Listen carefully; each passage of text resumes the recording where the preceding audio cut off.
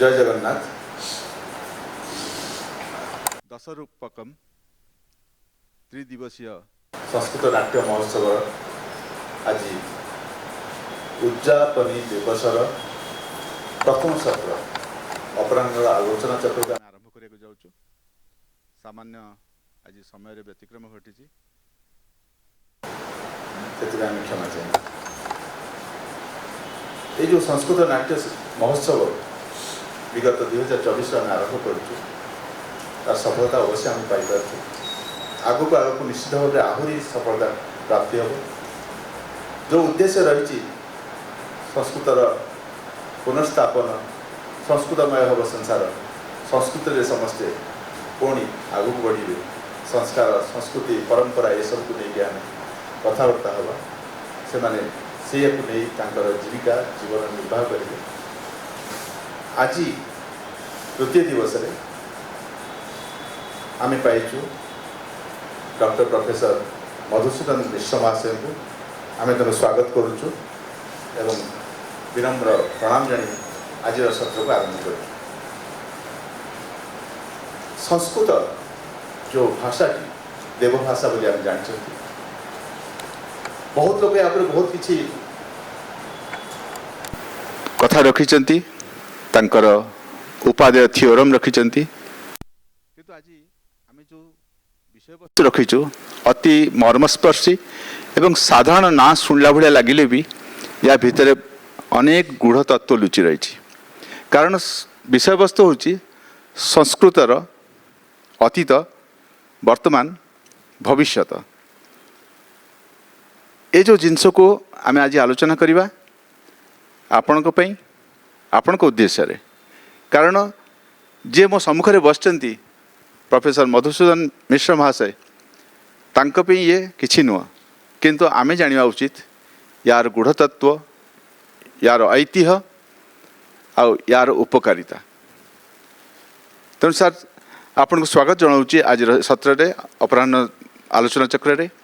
एवं यही विषय वस्तु को नहीं आम आउ टे तौक जा प्रथम आरंभ करवा भाषा कौन एवं संस्कृत भाषा जोटा अच्छी तापर आम से जा प्रथम आम जाना जे भाषा कौन कहीं संस्कृत एपरी डेफिनेशन एपरी परिभाषा सब रही भाषा बाणी ये सबुठ आम आरंभ करवा तापर आस्ते आस्ते प्रवेश करवा संस्कृत भाषा भीतर को। तेणु भाषार परिभाषा संगे तार समस्त जनइबे। धन्यवाद।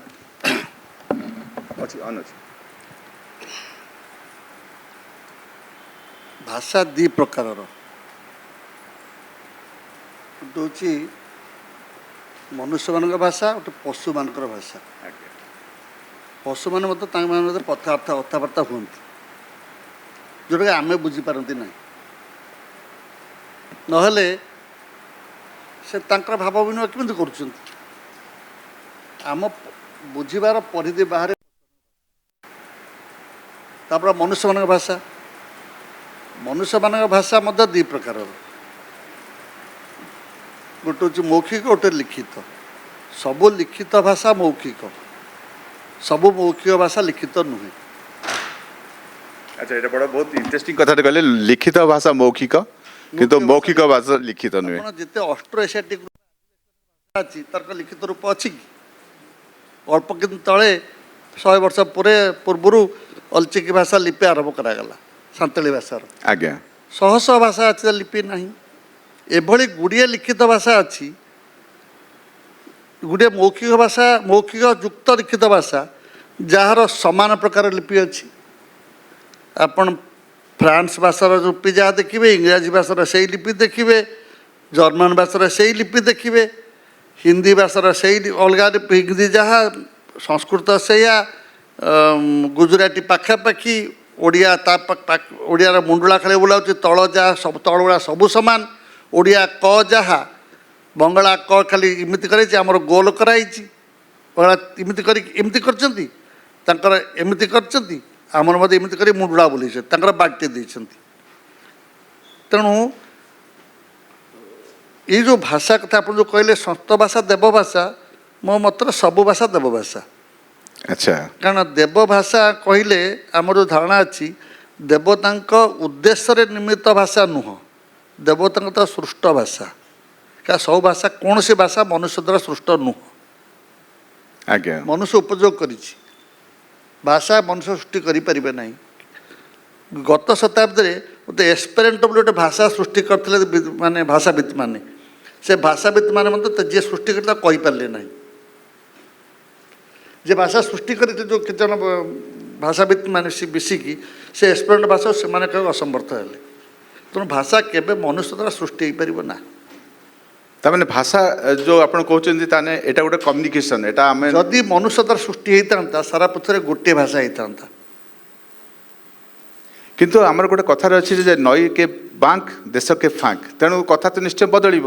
ଶୁଣନ୍ତୁ, ଯଦି ସେ ସମୟରେ ପାଣିନି ଆସି ଭାରତବର୍ଷ ଦାକ୍ଷିଣାତ୍ୟ ଭାଷା ଲେଖିକି ତାକୁ ପଢ଼ିକି ଅଷ୍ଟାଧ୍ୟାୟ ଗ୍ରନ୍ଥ ରଚନା କଲେ, ଆଜ୍ଞା ଯୋଗାଯୋଗ ତ ବହୁତ ଥିଲା, ନହେଲେ ବାବର ଆସିକି ମସଜିଦ ତିଆରି କଲେ।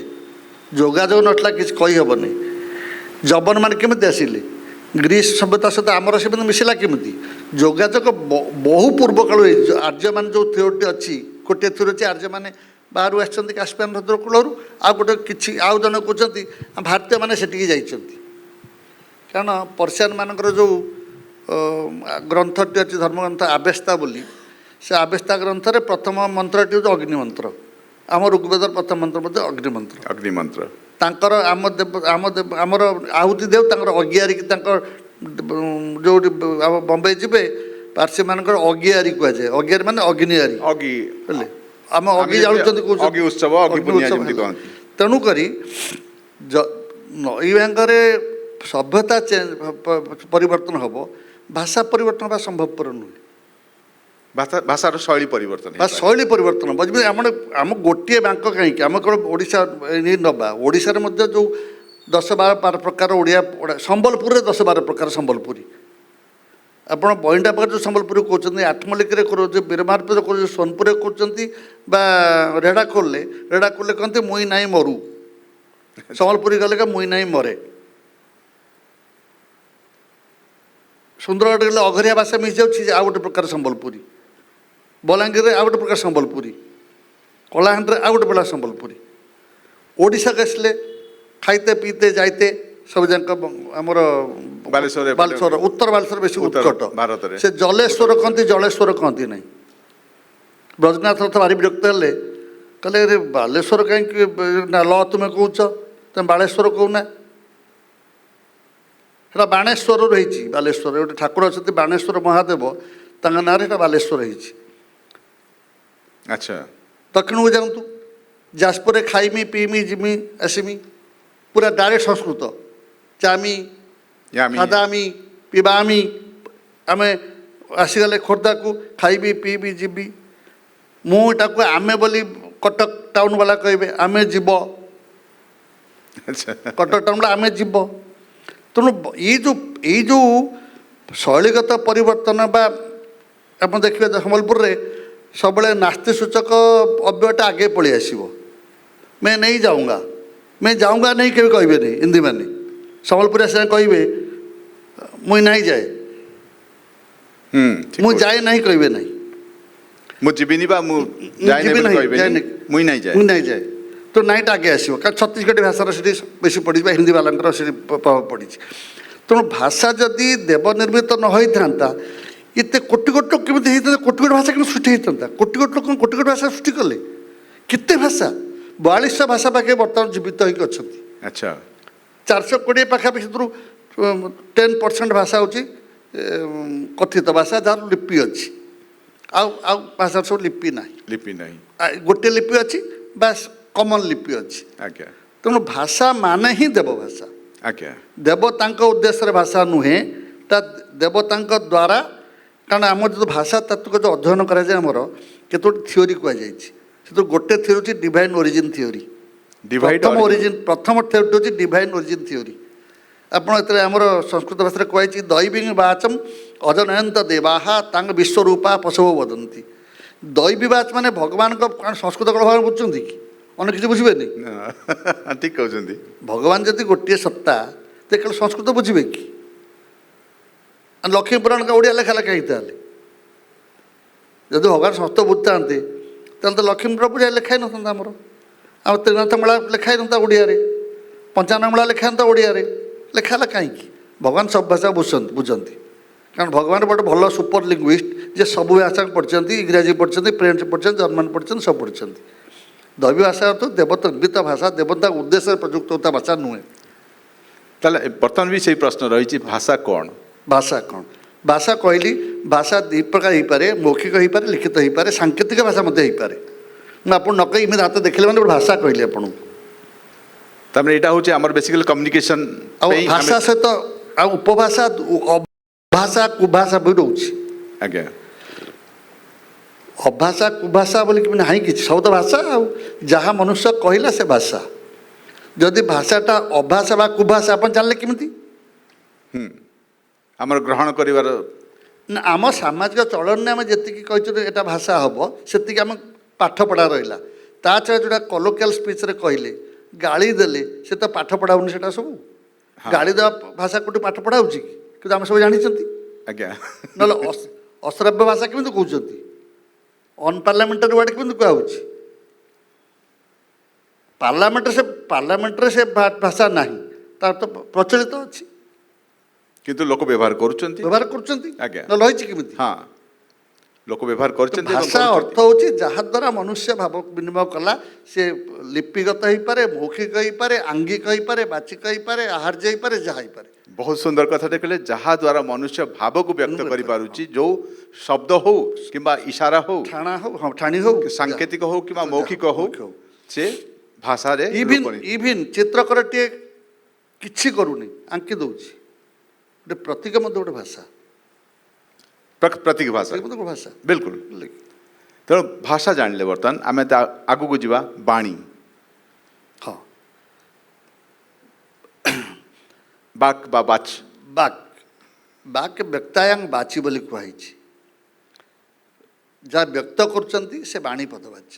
ଯେଉଁଟା ଅବ୍ୟକ୍ତ, ବାଣୀର ଚାରିଟି ଆମର ଅଛି। ଆମେ କହିବା ପୂର୍ବରୁ ଗୋଟେ ବଡ଼ ପ୍ରୋସେସ୍ ଦେଇକି ଭାଷାଟା ବାହାରୁଛି, ଯେଉଁଟାକି ଆମେ ଜାଣିପାରୁନାହାନ୍ତି ୟୁଜୁଆଲି। ଏଇଟା ପାଣିନି ଖ୍ରୀଷ୍ଟପୂର୍ବ 5ମ ଶତାବ୍ଦୀରେ ତାଙ୍କର ଗ୍ରନ୍ଥରେ ଯେଉଁ ଅଛି ପାଣିନୀୟ ଶିକ୍ଷା, ପାଣିନୀୟ ଶିକ୍ଷାରେ, ପାଣିଙ୍କ ପୂର୍ବରୁ ଆହୁରି ବେଦରେ ବହୁତ ଶିକ୍ଷା ଗ୍ରନ୍ଥ ଥିଲା। ବେଦର ଯେଉଁ ବେଦାଙ୍ଗ ଅଛି, ସେ ଶିକ୍ଷା, କଳ୍ପ, ବ୍ୟାକରଣ, ନିରୁକ୍ତ, ଛନ୍ଦ, ଜ୍ୟୋତିଷ ଥିଲା। କାରଣ ଶିକ୍ଷା ଗ୍ରନ୍ଥ ନ ଜାଣିଲେ ବେଦରେ ଯଦି ଗୋଟିଏ ବର୍ଣ୍ଣ, ଆପଣ ସ୍ୱର ଖାଲି ବର୍ଣ୍ଣ ଛାଡ଼ନ୍ତୁ, ଯଦି ଗୋଟେ ସ୍ୱରରେ ପରିବର୍ତ୍ତନ ହେଲା, ଉଦାତ୍ତ, ଅନ୍ଦାସ, ସ୍ୱର, 3ଟା ସ୍ୱର ଅଛି, ଯେଉଁ ସ୍ୱରରେ ପରିବର୍ତ୍ତନ ହେଲା ମଧ୍ୟ ତାର ଅର୍ଥ ଅଲଗା ହେଇଯାଉଥିଲା। ଏବଂ ଇନ୍ଦ୍ରସତ୍ୱରୁ ବର୍ଦ୍ଧସ୍ୱ ଗୋଟେ ମନ୍ତ୍ର ଥିଲା, ସେ ମନ୍ତ୍ରରେ ବୃତ୍ରାସୁର ଯଜ୍ଞ କରୁଥିଲେ। କାହିଁକି? ସେ ଇନ୍ଦ୍ର ପଦବୀ ପାଇବେ। ସେଠୁ ଇନ୍ଦ୍ରଙ୍କ ଆସନ ଟଳମଳ ହେଲା। ସେ ଆସି ବିଷ୍ଣୁଙ୍କ ପାଖରେ ପହଞ୍ଚିଲେ, କ'ଣ କରିବା? ସେ କହିଲେ ଗୋଟେ ବାଟ ଅଛି, ଯଜ୍ଞ କରିବ କି? ରାକ୍ଷସ ତ କରିବନି, ବ୍ରାହ୍ମଣମାନେ କରିବେ ହେଲା। ତେଣୁ ଡାକ, ବ୍ରାହ୍ମଣମାନଙ୍କୁ କୁହ ଖାଲି ଉଦାତ୍ତ ଜାଗାରେ ତାକୁ ସ୍ୱରିତ କରିଦେବେ। ଏଠି ଯଜ୍ଞ କରୁଥିବା ବ୍ୟକ୍ତିର ପୁଣ୍ୟ ହେବା ବଦଳରେ ଯାହା ଉଦ୍ଦେଶ୍ୟରେ ଯଜ୍ଞ କରୁଛି, ଯାହାକୁ ମାରିବା ପାଇଁ, ତାର ପୁଣ୍ୟ ହେଲା। ବୃତ୍ରାସୁର ମଲେ। ସେଥିପାଇଁ ମୁଁ ସବୁବେଳେ କୁହେ, ଆଜିକାଲି ବିବାହଘର ମାନଙ୍କରେ ଯେତିକି ଅପଶବ୍ଦର ବ୍ୟବହାର କରାଯାଉଛି, ଯେତିକି ମାନେ ସେ ଯଜ୍ଞରେ ଯେଉଁ ଭୁଲ ମନ୍ତ୍ର ଉଚ୍ଚାରଣ କରାଯାଉଛି, ତା ଯୋଗୁଁ ବେଶୀ ଆମର ଡାଇଭର୍ସ ହେଉଛି, କମ୍ ମିଳନ ରହୁଛି। ବହୁତ ସୁନ୍ଦର କଥା ଟିକେ କହିଲେ। ବର୍ତ୍ତମାନ ଯେଉଁ କର୍ମକାଣ୍ଡ ଚାଲିଛି, ଯେଉଁମାନେ ବ୍ରାହ୍ମଣ ମାନେ ଯେଉଁ କର୍ମକାଣ୍ଡ ବ୍ୟବହାର ଯେଉଁ ଶବ୍ଦ ବ୍ୟବହାର କରୁଛନ୍ତି, ସେ ଶବ୍ଦ ଉପରେ ସେମାନେ ବହୁତ ଭାବରେ ମାନେ ବହୁ ଶବ୍ଦ, ତାକୁ ଶବ୍ଦକୁ ବଜ୍ର ବୋଲି କୁହାଯାଉଛି। ବଜ୍ର ବୋଲି କୁହାଯାଉଛି। କାହିଁକିନା ବାଣୀ ସବୁବେଳେ କହନ୍ତି, ବୋଉ କହୁଥିଲା କି ସବୁବେଳେ ଭଲ ଚିନ୍ତା କରିବୁ, ଭଲ କଥା କହିବୁ, କାହିଁକିନା ସରସ୍ୱତୀ କେତେବେଳେ ବସିବେ ଜଣା ନାହିଁ। ତେଣୁ ଏ ଯେଉଁ ବଜ୍ର ଶବ୍ଦଟି କହିଲେ କି ବାଣୀ ଉପରେ ଏତେ ଶକ୍ତି ଅଛି, ସେଇଥିରେ କିଛି ଗୋଟେ ଦୁଇଟା ଉଦାହରଣ ଯଦି ଆମେ ହୁଅନ୍ତେ। ଗୋଟେ ବୃକାଶର କଥା କହିସାରିଲେଣି ଆପଣ, ଆଉ ଟିକେ ଯଦି ଆମେ ପାଖକୁ ଆସିବା ଆମର, ମାନେ ବେଦର ଗୋଟେ ମନ୍ତ୍ର କୁହାଯାଉଛି, ସ୍ଥୂଳ ପୃଷତିମ ଅନଡ୍ୱାହି ଆଲଭେତ। ବୁଝିଲେ? କ'ଣ? ସ୍ଥୂଳ ମାନେ ମୋଟା, ପୃଷତି ମାନେ ରଙ୍ଗୀନ, ମାନେ ସ୍ପଟେଡ୍, ହେଲା। ସେଭଳି ଗୋଟିଏ ବାଛୁରୀକି ଯଜ୍ଞରେ ଆହୁତି ଦେବ। ସେ ସ୍ଥୂଳ ପୃଷତି ଶବ୍ଦଟି କେମିତି ହେଇଛି? ତା ଦୁଇ ପ୍ରକାର ସମାସ ହେଇପାରିବ।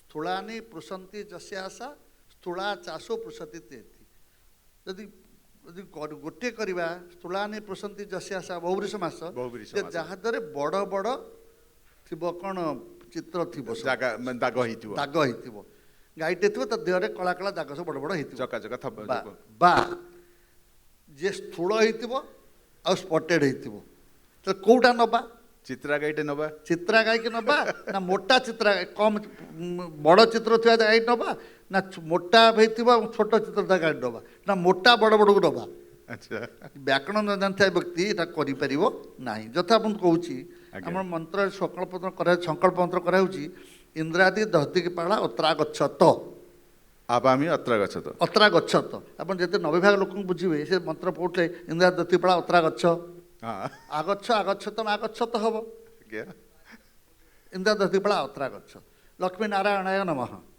ହନୁମାନାୟ ନମଃ ହନୁମତ ଶବ୍ଦ ସେଟା ତେଣୁ ହନୁମାନାୟ ନମଃ କେମିତି ହବ ଲକ୍ଷ୍ମୀ ନୃସିଂହ 2 ଜଣ ହେଲେ ଲକ୍ଷ୍ମୀ ନାରାୟଣାଭ୍ୟାଂ ନମଃ ହେବା କଥା ଏଇ ଯେଉଁ ଲକ୍ଷ୍ମୀ ନାରାୟଣ ଭ୍ୟୋ ନମ ହଁ ବହୁ ବଚନ କରିଦେଉଛନ୍ତି 2 ବଚନ ହେବା କଥା ୟାକୁ କେବଳ ବ୍ୟାକରଣଜ୍ଞ ହିଁ ଜାଣିପାରିବ ତେଣୁକରି ସେତେବେଳେ କୁହାଯାଇଥିଲା ଆପଣ ବେଦ ପଢ଼ିବା ପୂର୍ବରୁ ଶିକ୍ଷା କଳ୍ପ ବ୍ୟାକରଣ ନିରୁକ୍ତ ଛନ୍ଦ ଜ୍ୟୋତିଷ ଏ 6ଟି ବେଦାଙ୍ଗ ପଢ଼ିଲା ପରେ ଅଙ୍ଗ ନ ଜାଣିକି ଅଙ୍ଗୀ କେମିତି ହେବ କେମିତି ହେବେ ହେଉଛି କଥା ସେଥିପାଇଁ ସେ ଆଗରୁ ବ୍ୟବସ୍ଥା କରିଥିଲେ ଏଗୁଡ଼ା ହେଉଛି ସବସିଡ଼ିଆରୀ ବୁକ୍ସ ଯାକୁ ନ ପଢ଼ିକି କେହି କେବେ ବେଦ ପଢ଼ିବ ମାନେ ନାହିଁ। ପାହାଚ ଏଗୁଡା ସବୁ ପାହାଚ ପାହାଚ ସୋପାନ ସୋପାନ। ଗୋଟେ ଗୋଟେ ସୋପାନ ଅତିକ୍ରମ କଲେ ଆପଣ ଯାଇକି ପହଞ୍ଚିବେ। Naturally, ଯେମିତି କୌଣସି- ଯେମିତି ଆପଣ ଆମେ ଦେଖନ୍ତୁ ଆଜିକାଲି ଆଜ୍ଞା। ସମସ୍ତେ ଆମେ ଯୋଗ କରୁଛୁ ଆଜ୍ଞା ଯୋଗରେ 8ଟି ପର୍ଯ୍ୟାୟ ଅଛି ଏଟା କଲା ପରେ ସେଟା ତାପରେ ସେଟା ଯମ ନିୟମ କେହି କରୁନାହାନ୍ତି କରୁନାହାନ୍ତି ଏକାଥରେ ଆସନ ଆରମ୍ଭ ହେଲା ଆଜ୍ଞା। ଆସନ ହିଁ ଶେଷ ହେଲା ଆଉ ପ୍ରାଣାୟାମ ପ୍ରତ୍ୟାହାର ଧାରଣା ଧ୍ୟାନ ସମାଧି ଏସବୁ କେହି ଯିବା ନାହିଁ ବିଲକୁଲ ଠିକ କହୁଛନ୍ତି ଆମେ କେବଳ ଆସନ କରି କହୁଛୁ ଆମେ ଯୋଗ କରୁଛୁ ହଁ ଅନ୍ୟ କିଛି କରୁନୁ ଆମେ କିଛି କରୁନାହାନ୍ତି ତେଣୁ ଅଧ୍ୟୟନ ନାହିଁ କି ଅଧ୍ୟାପନ ନା, ନାହିଁ କିଛି ନାହିଁ। କିଛି କୌଣସି ନା, ଜିନିଷ କିଛି ରଖୁନାହାନ୍ତି ନାହିଁ, ବାସ୍ କିଛି ଆସିଲେ ବସିଲେ କିଛି ନାହିଁ ଇଭେନ୍ ଆମର ଯୋଉ ଆସନ ବି ପଡୁଛି ସେ ବି ପ୍ରପର ଆସନ ହଁ ରହୁନି। ଆସନ ନୁହେଁ ତେଣୁ ଆମ ସଂସ୍କାରରେ ବି ସେଟା ଫରକ ନା ତା ପଡୁଛି ପୂର୍ବରୁ ଯୋଉ ଅଛି ବି ଆଜ୍ଞା ବିଧିବିଧାନ ସବୁ ବିଧା ବିଧାନ ମାନେ ଶୌଚ ହେଇକି କରିବ ସେଗୁଡ଼ା ସବୁ ନ କରିକି ପଳେଇ ଆସୁଛନ୍ତି ସିଧା ହଁ ତେଣୁ ଜଣେ ବ୍ରାହ୍ମଣ ବସିଲା ପରେ ବି ସେ ନିଜକୁ ଶୌଚ କରିକି ନିଜକୁ ଶୁଦ୍ଧ ଆତ୍ମଶୁଦ୍ଧି ଯୋଉ କରିକି ଦରକାର ତାପରେ ସେ ଆମର ସେତେ ସଂକଳ୍ପ ମନ୍ତ୍ରରେ କୁହାଯାଇଛି ଆତ୍ମଶୁଦ୍ଧି ବି କରିବ ବୋଲି ଆଜ୍ଞା ଦିଗ୍ବନ୍ଧନ କରାଯାଏ ଦିଗ୍ବନ୍ଧନ ନ କଲେ ବି ମାନସିକ ମାନେ ଆକୁ କାହାର ମନକୁ କେମିତି ଶାନ୍ତି କରିବା ପାଇଁ ଆଗେ ମନ୍ତ୍ରଟା କରାଯାଏ ଯଜାଗ୍ରତ ଦୂର ମଧ୍ୟ କୁହାଯାଉ ସେ ଆଜ୍ଞା, କାହିଁକି କୁହାଯାଉ ହଁ। ସେଇଥିପାଇଁ ଯେହେତୁ ମନ ତୁ ଚହଲି ଯାଉ ସ୍ଥିର ହେଇକି ରହ ସୋ ଦ୍ୟାଟ୍ ମୁଁ ଏବେ ପୂଜା କରିବି ଆରମ୍ଭ କରିବି ଆଜ୍ଞା ବୁଝିଲେ କି ତେଣୁକରି ଭାଷାର ଯେଉଁ ବ୍ୟାପକତା କୁ ନ ବୁଝିକି ଭାଷାର ବ୍ୟବହାର କରିବା ଯେତିକି ଛୁରୀର ଧାରକୁ ନ ବୁଝିକି ଛୁରୀକି ବ୍ୟବହାର କଲେ ଲୋକଟା ମରିବ ଆଜ୍ଞା। ଲୋକଟା ବଞ୍ଚିବ ନାହିଁ ଭାଷାର ଏକ୍ଜାକ୍ଟଲି ସେଭଳିଆ କରିଥାଏ ବଜ୍ର ଭଳିଆ କର୍ମ କରିଥାଏ ତାମାନେ ଭାଷା ଦ୍ୱାରା ବାଣୀକି ୟୁଜ୍ କରିକି ଭାଷାର ପ୍ରକାଶ ହେଇଥାଏ ହଁ। ଯଦି ମୁଁ କହିବି ହଁ, ଏଇଭଳିଆ ବାଣୀକି ବ୍ୟବହାର କରିକି ଭାଷାର ଭାଷା ପ୍ରକାଶ ଯୋଉ ହେଉଛି। ମାନେ ଆମେ ଯାହା କହିବାକୁ ଚାହୁଁଛୁ ଯାହା ବ୍ୟକ୍ତ କରିବାକୁ ଚାହୁଁଛନ୍ତି ସେ ବାଣୀ ହଉଛି କିନ୍ତୁ ବାଣୀଟା ବାଣୀ ସାର୍ଥକ ବାଣୀ ହେବା ଦରକାର ସାର୍ଥକ ନିରର୍ଥକ ବାଣୀ ବା ଅନର୍ଥକ ନୁହଁ ଆଜ୍ଞା ସାର୍ଥକ ବାଣୀ ହିଁ ଭାଷା ଆଜ୍ଞା ନିରର୍ଥକ ବା ଅନର୍ଥକ ବାଣୀ ହେଇପାରିବ ନାହିଁ। ତାକୁ ଆମେ ଆକ୍ଚୁଆଲି ଯାହା ଆପଣ ହଁ, କହିଲେ ଟିକେ ପୂର୍ବରୁ ସମାଜ ଯାହାକୁ ଗ୍ରହଣ କରୁଛି ସେଇଟା ହେଉଛି ସେଇଟା ହିଁ ସାର୍ଥକ। ଶୁଦ୍ଧ ହଁ, ବାଣୀ ହଁ, ହବା ଶୁଦ୍ଧ ବାଣୀ ଆଉ ଯୋଉଟା ସମାଜ ଗ୍ରହଣ କରୁନି ବ୍ୟାକରଣ ଶୁଣୁ ଭାଷାର ଶୁଦ୍ଧତା ଅଶୁଦ୍ଧତା ନାହିଁ ଆଜ୍ଞା ବ୍ୟାକରଣ ଦୃଷ୍ଟିରୁ ଶୁଦ୍ଧ ବା ଅଶୁଦ୍ଧ ହେଇପାରେ ଗୋଟେ ଆଚ୍ଛା ବୁଝିଲେ କି ଇଭେନ୍ ନିଜେ ପତଞ୍ଜଳି ଖ୍ରୀଷ୍ଟପୂର୍ବ ଦ୍ୱିତୀୟ ଶତାବ୍ଦୀରେ କହିଛନ୍ତି ଯେ ଗାବି ଇତ୍ୟସ୍ୟ ଗାବି ଗୋ ଇତ୍ୟସ୍ୟ ଶବ୍ଦସ୍ୟ ଗାବି ଗୋଣା ଗୋଣେ ଗୋପତଳିକା କିନ୍ତୁ ବହବ ଅପଭ୍ରଂଶା ଅପଭ୍ରଂଶ ଅଛି ଆଜ୍ଞା। ମାନେ ଗୌ ହେଉଛି ଗୋଟେ ଶବ୍ଦ ଗାବି ଗଣି ଗୋତା ଗୋପତଳିକା ତାର ହେଉଛନ୍ତି କରପ୍ଟ ଫର୍ମସ୍ ଆଚ୍ଛା ଗୋଟେ କରେକ୍ଟ ଆଉ ଗୋଟେ କରପ୍ଟ ଭାଷା ପାଇଁ ଏ ବ୍ୟାକରଣ ଦୃଷ୍ଟିରୁ ଭାଷା ପାଇଁ ସବୁ କରେକ୍ଟ ଆପଣ ଏଠି ଯେଉଁଠିକି ଆପଣ କହୁଛନ୍ତି ଟମାଟୋ ଏଇଟା ଓଡ଼ିଆ ଶବ୍ଦ କି ନା ଟମାଟୋ ପାଇଁ ଓଡ଼ିଆ ଶବ୍ଦ କ'ଣ ଅଛି କି ଆମର ବିଲାତି ବାଇଗଣଟା ତ ବିଲାତିରୁ ଆସିବ ସେ ବାଇଗଣଟା ଅଲଗା କଥା କିନ୍ତୁ ଓଡ଼ିଆ ଶବ୍ଦ ନାହିଁ କିନ୍ତୁ ଆମର ଓଡ଼ିଆ ଶବ୍ଦ ସମ୍ବଲପୁରରେ ଅଛି ପାତଲ ଘଣ୍ଟା ଆଜ୍ଞା ଠିକ କହିଲେ ଏଇଟା ବହୁତ ବଡ଼ ପାତଲ ଘଣ୍ଟା ସମ୍ବଲପୁରରେ ମୋତେ ଭାରି ଭଲ ଲାଗେ ଓଡ଼ିଆ ଶବ୍ଦ ରଖିଛନ୍ତି ସେମାନେ ନା ଗୋଟେ ନିଶ୍ଚକ ଓଡ଼ିଆ ଶବ୍ଦ ଅଛି ପାତଲ ଘଣ୍ଟା ଆମେ ବିଲାତି ବାଇଗଣ ବ୍ୟବହାର କରିବା ଅପେକ୍ଷା ପାତଲ ଘଣ୍ଟା ବ୍ୟବହାର କଲେ ଆହୁରି ଗୋଟେ ଆମ ଅଧିକ ଓଡ଼ିଆ ଅସ୍ମିତା ହେବନି କି? ହଁ ନାଇଁ କି? ଆମର ବହୁତ ଗୁଡ଼େ ଶବ୍ଦ ମୁଁ ଆମେ- ଥରେ ସାର୍ କହୁଥିଲି ଏବେ ଆମେ ବସିଥିଲୁ କିଛି ବନ୍ଧୁ ବସିଥିଲୁ ଆମ ଗବେଷଣାରେ ଦୁଇଟି ସୋର୍ସ ଅଛି ପ୍ରାଇମେରୀ ସୋର୍ସ ଆଉ ସେକେଣ୍ଡାରୀ ସୋର୍ସ। ସେକେଣ୍ଡାରୀ ସୋର୍ସର ଓଡ଼ିଆ କ'ଣ ପାଇଲୁ ନାହିଁ 8ଟି ଡିକ୍ସନାରୀ ମୁଁ ଦେଖିଲି।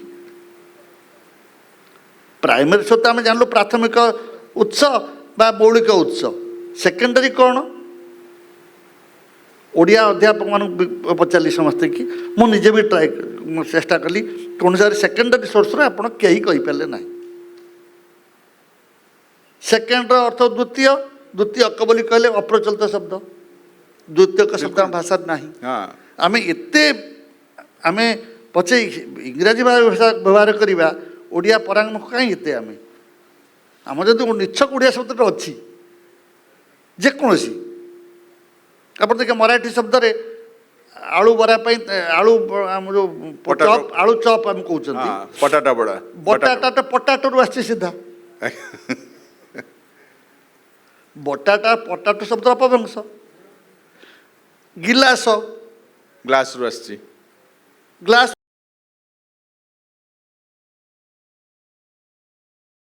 ଆସିଛି ସେ କ'ଣ ଓଡ଼ିଆ ଶବ୍ଦ ଭାବୁଛନ୍ତି କି? ସେ ବ୍ୟବହାର କରିକି ଆମେ ଓଡ଼ିଆ ଭାବା କି ଏବେ?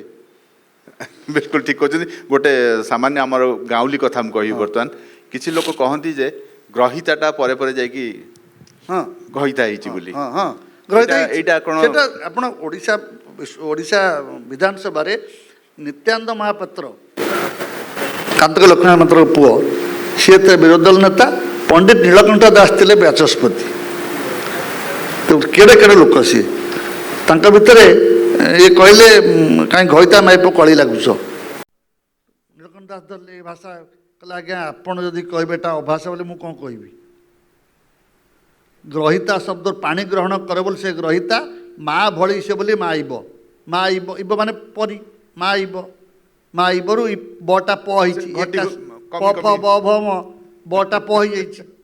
ବିଲକୁଲ ମା ଭଳି ସେ ପେଟ ଖୋଜିକି ଆମେ ଖାଇବାକୁ ଦିଏ ବୋଲି ସେ ମାଇବ ହେଇଛି। ତେଣୁ ମା ସେ କେମିତି ଅଭାଷା କେମିତି ହେବ କୁଭାଷା କେମିତି ହେବ ସିଏ? କିନ୍ତୁ ସେଇଟା ସବୁ ଜାଗାରେ ହଁ ବ୍ୟବହାର ତା କରାଯାଏ। ସ୍ଥାନକାଳ ପାତ୍ରରେ ବ୍ୟବହାର ହେବନି। ଆମେ ସ୍ଥାନକାଳ ପାତ୍ର କିନ୍ତୁ ସେ ଅଭାଷା ନୁହେଁ। କାରଣ ଆମର ତ ଗରିବ ମାଇପ ସମସ୍ତଙ୍କ ଟାପରା ଆମ ଭାଷାରେ ଅଛି। ଗରିବ ମାଇପ ସମସ୍ତଙ୍କ ଟାପରା ଏ ତ ଗୋଟେ ଆମର ଲୋକୋକ୍ତି ଆମର ରୂଢ଼ି ଅଛି। ଆଜ୍ଞା କିନ୍ତୁ ତାର କେଉଁ ଜାଗାରେ ପ୍ରୟୋଗ କରାଯିବ ଆମେ ସାଧାରଣ ସଭା ସମିତି ସେଟା କହିପାରିବା କି ଆଉ? ଆଜ୍ଞା ଇଭେନ୍ ଆମେ ଯେତେବେଳେ ବର୍ତ୍ତମାନ ଆମର ଯେଉଁ ଆଦିବାସୀ ଅଞ୍ଚଳ ଅଛି ଆମେ ଆରାଉଣ୍ଡ 62ଟା ଟ୍ରାଇବ୍ ଅଛି ନାଇଁ କି? 62ଟା ଟ୍ରାଇବ୍ର ଭାଷା ସମସ୍ତଙ୍କ ଅଲଗା ଅଲଗା ଏବଂ କିଛିଟା ଲିପି ଅଛି କିଛିଟା ଲିପି ନାହିଁ। ସେ ଯାହା ବି ହଉ ସେମାନଙ୍କର ଯେଉଁ ଭାଷା ସେଥିରେ ତ ବୋଧେ ଆପଣ ଭଳିଆ ଶବ୍ଦ ନାହିଁ। ସମସ୍ତଙ୍କୁ ତୁଇ ଆସେ ତୁଇ ଇଭିନ୍ ମରାଠୀ ଭାଷାରେ ସେ ଅତି ଖୁସିରେ ଆପଣଙ୍କୁ ତୁମି ବୋଲି ତୁମି ହଁ ମୁଁ ମୋ ଗାଇଡ୍କି ତୁମି ବୋଲି କହୁଥିଲି। ତୁମେ ଏକଡ଼େ ୟା ଆପଣ ଏଠି ଆସନ୍ତୁ। ଆପଣ ଅର୍ଥ ଅଛି କିନ୍ତୁ ଆପଣଟା ଦୂରତ୍ୱ ବୁଝେଇବ ବୋଲି ସେ ତୁମି କହିବେ। ଆଜ୍ଞା ମୁଁ ତାଙ୍କ ପୁଅ ଭଳିଆ ସେ ମୋତେ ତୁମେ ଏକଡ଼େ ୟା ବଡ଼କୁ ସିନିୟରକୁ ବି ସେ ତୁମି କହିବେ। ହଁ ଆଜ୍ଞା ଏଭଳି ଆବଶ୍ୟକତା ନୁହେଁ। ଛୋଟ ପିଲାଟେ ବାପାକୁ ତୁ ଡାକେ ପ୍ରଥମ ଥର ବାପା କୁହନ୍ତୁ ମୋତେ ଆପଣ ଡାକ ତୁମେ ଡାକେ ନୂଆ ଶିଖୁଛି। ବିଲକୁଲ ତାଙ୍କ ବାପା ମା ଯାହା ଡାକୁଥିବେ ତାତେ ସୁତାନାମ ସୁରତେଙ୍ଗନାନାମ ସ୍ତୁତୌ ପ୍ରଜାନାଂ ପ୍ରଳୟ ଭଟାନାମ ଟଙ୍କାର ଯୁକ୍ତାଇ ଗିରା ପ୍ରୟୁକ୍ତା ଅସାଧିକା ଚାରୁତରା ଭବନ୍ତି। ତୁ ଶବ୍ଦଟା କେଉଁଠି ଖୁସି ଲାଗେ? ତାତେ ସୁତାନାମ ଛୋଟ ପିଲାଟେ ବାପାକୁ ତୁ କହିବ, ବଡ଼ ହେଲେ କଷ୍ଟ ବାପାକୁ ହବ, ସେତେ ଖୁସି ଲାଗେ। ସୁରତେଙ୍ଗନାନାମ ରତି କ୍ରୀଡ଼ା ସମୟରେ ସ୍ତ୍ରୀ ସ୍ୱାମୀକି ତୁ କହିବ। ସ୍ତୁତୌ ପ୍ରଜାନାମ ଯେ ପ୍ରଜା ସ୍ତୁତି କରୁଛନ୍ତି ପ୍ରଜାଙ୍କର ସ୍ତୁତି କରୁଛନ୍ତି ରଜା ବଢ଼ିଆ କାମଟେ କଲୁ ରେ ତୁ ମାରିକି ଗଡ଼େଇ ଦେଲୁ ବହୁତ ଶତ୍ରୁଙ୍କୁ ଖୁସି ସିଏ ହବ।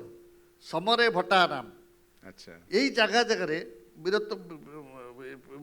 ବୀରତ୍ୱ ଦେଖିଲା ବେଳେ ତୁ କୁହାଯିବ ତେବେ ସେଇ ଜାଗାରେ ସେ ତୁ ଶବ୍ଦଟା ଭାରି ମଧୁର ଲାଗେ, ମଧୁର ଓ ପ୍ରଯୁଜ୍ୟ ହୁଏ। ତାମାନେ ଆମେ ଯେଉଁ ବର୍ତ୍ତମାନ ଆମେ କଥା ହେଉଥିଲେ ଭାଷାରୁ ବାଣୀକି ଯାଇଥିଲେ ଏବଂ ବାଣୀ ଦ୍ୱାରା ଆମେ ଭାଷାକୁ ପ୍ରକାଶ କଲେ।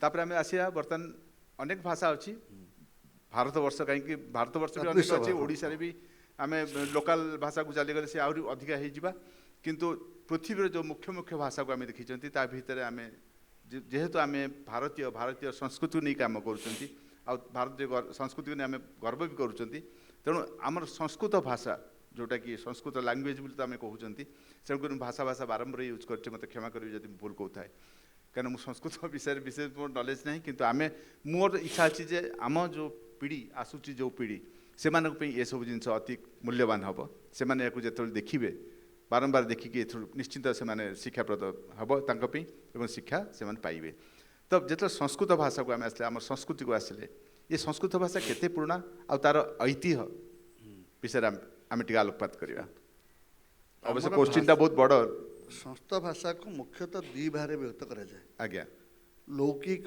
ଓ ବୈଦିକ ଆଜ୍ଞା ବୈଦିକ ଭାଷାର ନାଁ ହେଉଛି ଛନ୍ଦସ୍ ଆଜ୍ଞା। କାରଣ ସବୁ ବେଦଗୁଡ଼ା ଛନ୍ଦରେ ଲେଖା ହେଇଥିଲା ଏ ଛନ୍ଦ ନୁହେଁ ଆମର ଯେଉଁ ଲୋକାଲ ଛନ୍ଦ ପଢ଼ୁଛୁ ଲୌକିକ ଛନ୍ଦ ସେଟା ନୁହେଁ ଉଷ୍ଣିକ ତ୍ରିଷ୍ଟୁପ ଜଗତି ପଙ୍କ୍ତି ବୃହତି ଏଇ ଗାୟତ୍ରୀ ଉଷ୍ଣିକ ଏଇଗୁଡ଼ା ତିଆରି ହେଇଥିଲା ଆଜ୍ଞା ତାକୁ ଛନ୍ଦସ୍ କୁହାଯାଉଥିଲା ଆଜ୍ଞା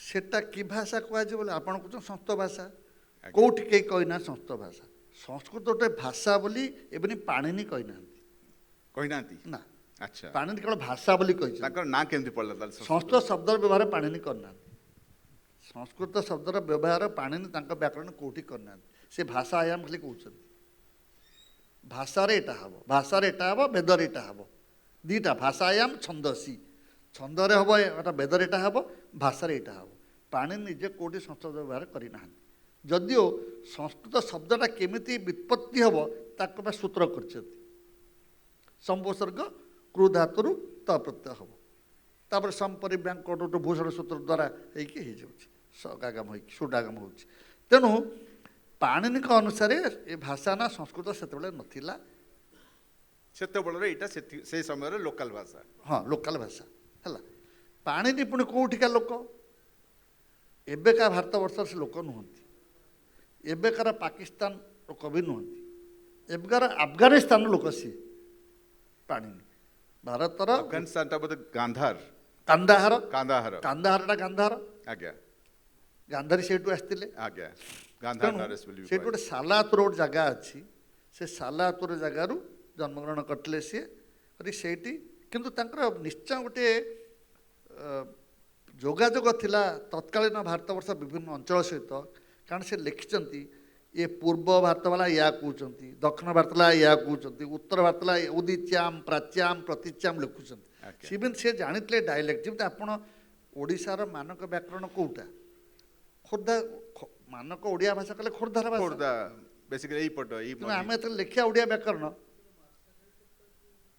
ଖୋର୍ଦ୍ଧା ହେଉଛି ମାନକ ଓଡ଼ିଆ ଭାଷା ଷ୍ଟାଣ୍ଡାର୍ଡ଼ ଓଡ଼ିଆ ଲାଙ୍ଗୁଏଜ୍ ଖୋର୍ଦ୍ଧାର ଆମେ ଯେତେବେଳେ କହିବା ଓଡ଼ିଆ ଭାଷାର ଆଉ କେଉଁଠି କେଉଁଠି ଡାଇଲେକ୍ଟ ଅଛି ମାନେ ବ୍ରହ୍ମପୁରୀ ସମ୍ବଲପୁରୀ କଟିକି ଯାଜପୁରୀ ସବୁ କହିବା ପୁରୀ କହିବା ସେଇଭଳି ସିଏ କହିଥିଲେ ପ୍ରାଚ୍ୟବାଲା ଏୟା କହୁଛନ୍ତି ପୂର୍ବବାଲା ଏୟା ପଶ୍ଚିମବାଲା ଏୟା ଦକ୍ଷିଣବାଲା ଏୟା ଉତ୍ତରବାଲା ଏୟା କହୁଛନ୍ତି ଆଚ୍ଛା ମାନେ ଯେମିତି ଆପଣ କହିଛନ୍ତି ପ୍ରିୟ ତଦ୍ଧିତା ଦାକ୍ଷିଣାତ୍ୟା ଦକ୍ଷିଣ ଲୋକମାନେ ତଦ୍ଧିତ ଶବ୍ଦ ବେଶୀ ବ୍ୟବହାର କରନ୍ତି ହଁ ଶବ୍ଦରୁ ଶବ୍ଦ ଶବ୍ଦରୁ ଶବ୍ଦ ଧାତୁରୁ ଶବ୍ଦ କରିବେନି ସେମାନେ ଆଚ୍ଛା ବୁଝିଲେ କି ତେଣୁକରି ପାଣିନିର ଗୋଟେ ଯୋଗାଯୋଗ ଥିଲା ନିଶ୍ଚିତ ସିଏ ସେ ସମୟର ଗୋଟେ ମାନକ ଭାଷା ଉପରେ ଲେଖିଛନ୍ତି ସେ କଥିତ କି ବର୍ତ୍ତମାନ ଟିକେ ମୁଁ କହିପାରିବିନି। ଟିକେ ରୋକିବି ଆପଣଙ୍କୁ ଏଇଠି ଆମେ ଯିବା ପାଣିନିକ ଆଉ ଆମ ଏ ଭାଷା ଉପରକୁ ଯିବା ଗାନ୍ଧାର ପର୍ଯ୍ୟନ୍ତ ଆମେ ପହଞ୍ଚନ୍ତି ମୋର ଗୋଟେ ମନରେ ହଠାତ୍ ପ୍ରଶ୍ନ ଆସିଲା ଆପଣ ଯେଉଁ କହିଲେ ଭାରତ ସେତେବେଳେ କ'ଣ ଏଇଟା ଭାରତ ଥିଲା ନା ସମ୍ପୂର୍ଣ୍ଣ ବିଶ୍ୱଟା ଅଖଣ୍ଡ ଭାରତ ଥିଲା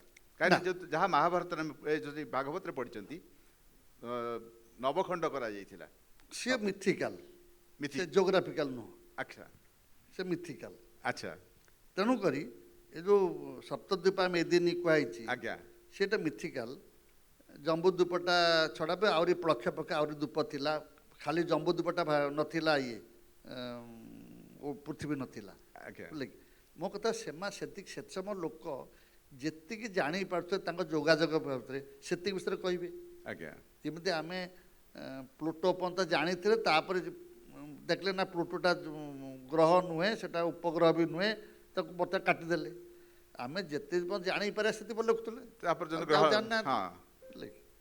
ଆମେ କ'ଣ ସବୁ ବ୍ରହ୍ମାଣ୍ଡ କଥା ଜାଣିଲେଣି କି? ଆମେ ଗୋଟିଏ ବ୍ରହ୍ମାଣ୍ଡ ଭିତରେ ବର୍ତ୍ତମାନ ବୁଲୁଛନ୍ତି। ଭାଗବତକାର କଲେ ବ୍ରହ୍ମାଣ୍ଡ ମାଳ ମାଳ ହୋଇ ତୋଲ ମୋ ଉପରେ କୋପ ବଳେ ଥାଇ। ବର୍ତ୍ତମାନ ଆମେ ଜାଣୁଛନ୍ତି ମାଳ ମାଳ ବ୍ରହ୍ମାଣ୍ଡ ଅଛି। ଆମେ ଆଜ୍ଞା। ଗୋଟେ ବ୍ରହ୍ମାଣ୍ଡ ତ ଜୟ କରିନାହାନ୍ତି ଆଜି ପର୍ଯ୍ୟନ୍ତ। ହଁ। ଆଉ ମାଳ ମାଳ ତ କିଏ ପଚାରୁଛି? ତେଣୁ ଠିକ୍ କହିଲେ। ସେ ସମୟ ତତ୍କାଳୀନ ଭାରତବର୍ଷର ନିଶ୍ଚୟ ତାଙ୍କ ପୂର୍ବରୁ ଆଲେକ୍ଜାଣ୍ଡାର ଆସିଛନ୍ତି। ଆଲେକ୍ଜାଣ୍ଡାର 322 ହଁ ରହିଛି 322 ତିନିଶହ ହଁ ବିସି କଥା ଆଜ୍ଞା ପାଖାପାଖି ସେ ସମୟରେ ବୁଦ୍ଧ ହଁ, 500 ବୁଦ୍ଧିଜିମ୍ period ରେ। ବୁଦ୍ଧିଜିମ୍ ପିରିୟଡ଼ ପାଣିନି ତାଙ୍କଠୁ ପୁରୁଣା ନା ପାଣି 300 ସେଇ ପାଖାପାଖି ଚତୁର୍ଥ 400 ଶତକ 400-500 ଭିତରେ ତାଙ୍କ ଭିତରେ ସମୟ ଏକ୍ଜାକ୍ଟ କହିହେବନି। ଆଜ୍ଞା 500 ପରେ 400 ପୂର୍ବରୁ ଏମିତି ପାଖାପାଖି ସେଇ ସମୟ ସମୟ ଆଜ୍ଞା ତେଣୁ ସେ ସମୟରେ ଆର୍ଯ୍ୟମାନେ ଭାରତବର୍ଷକୁ ଆସିଗଲେଣି।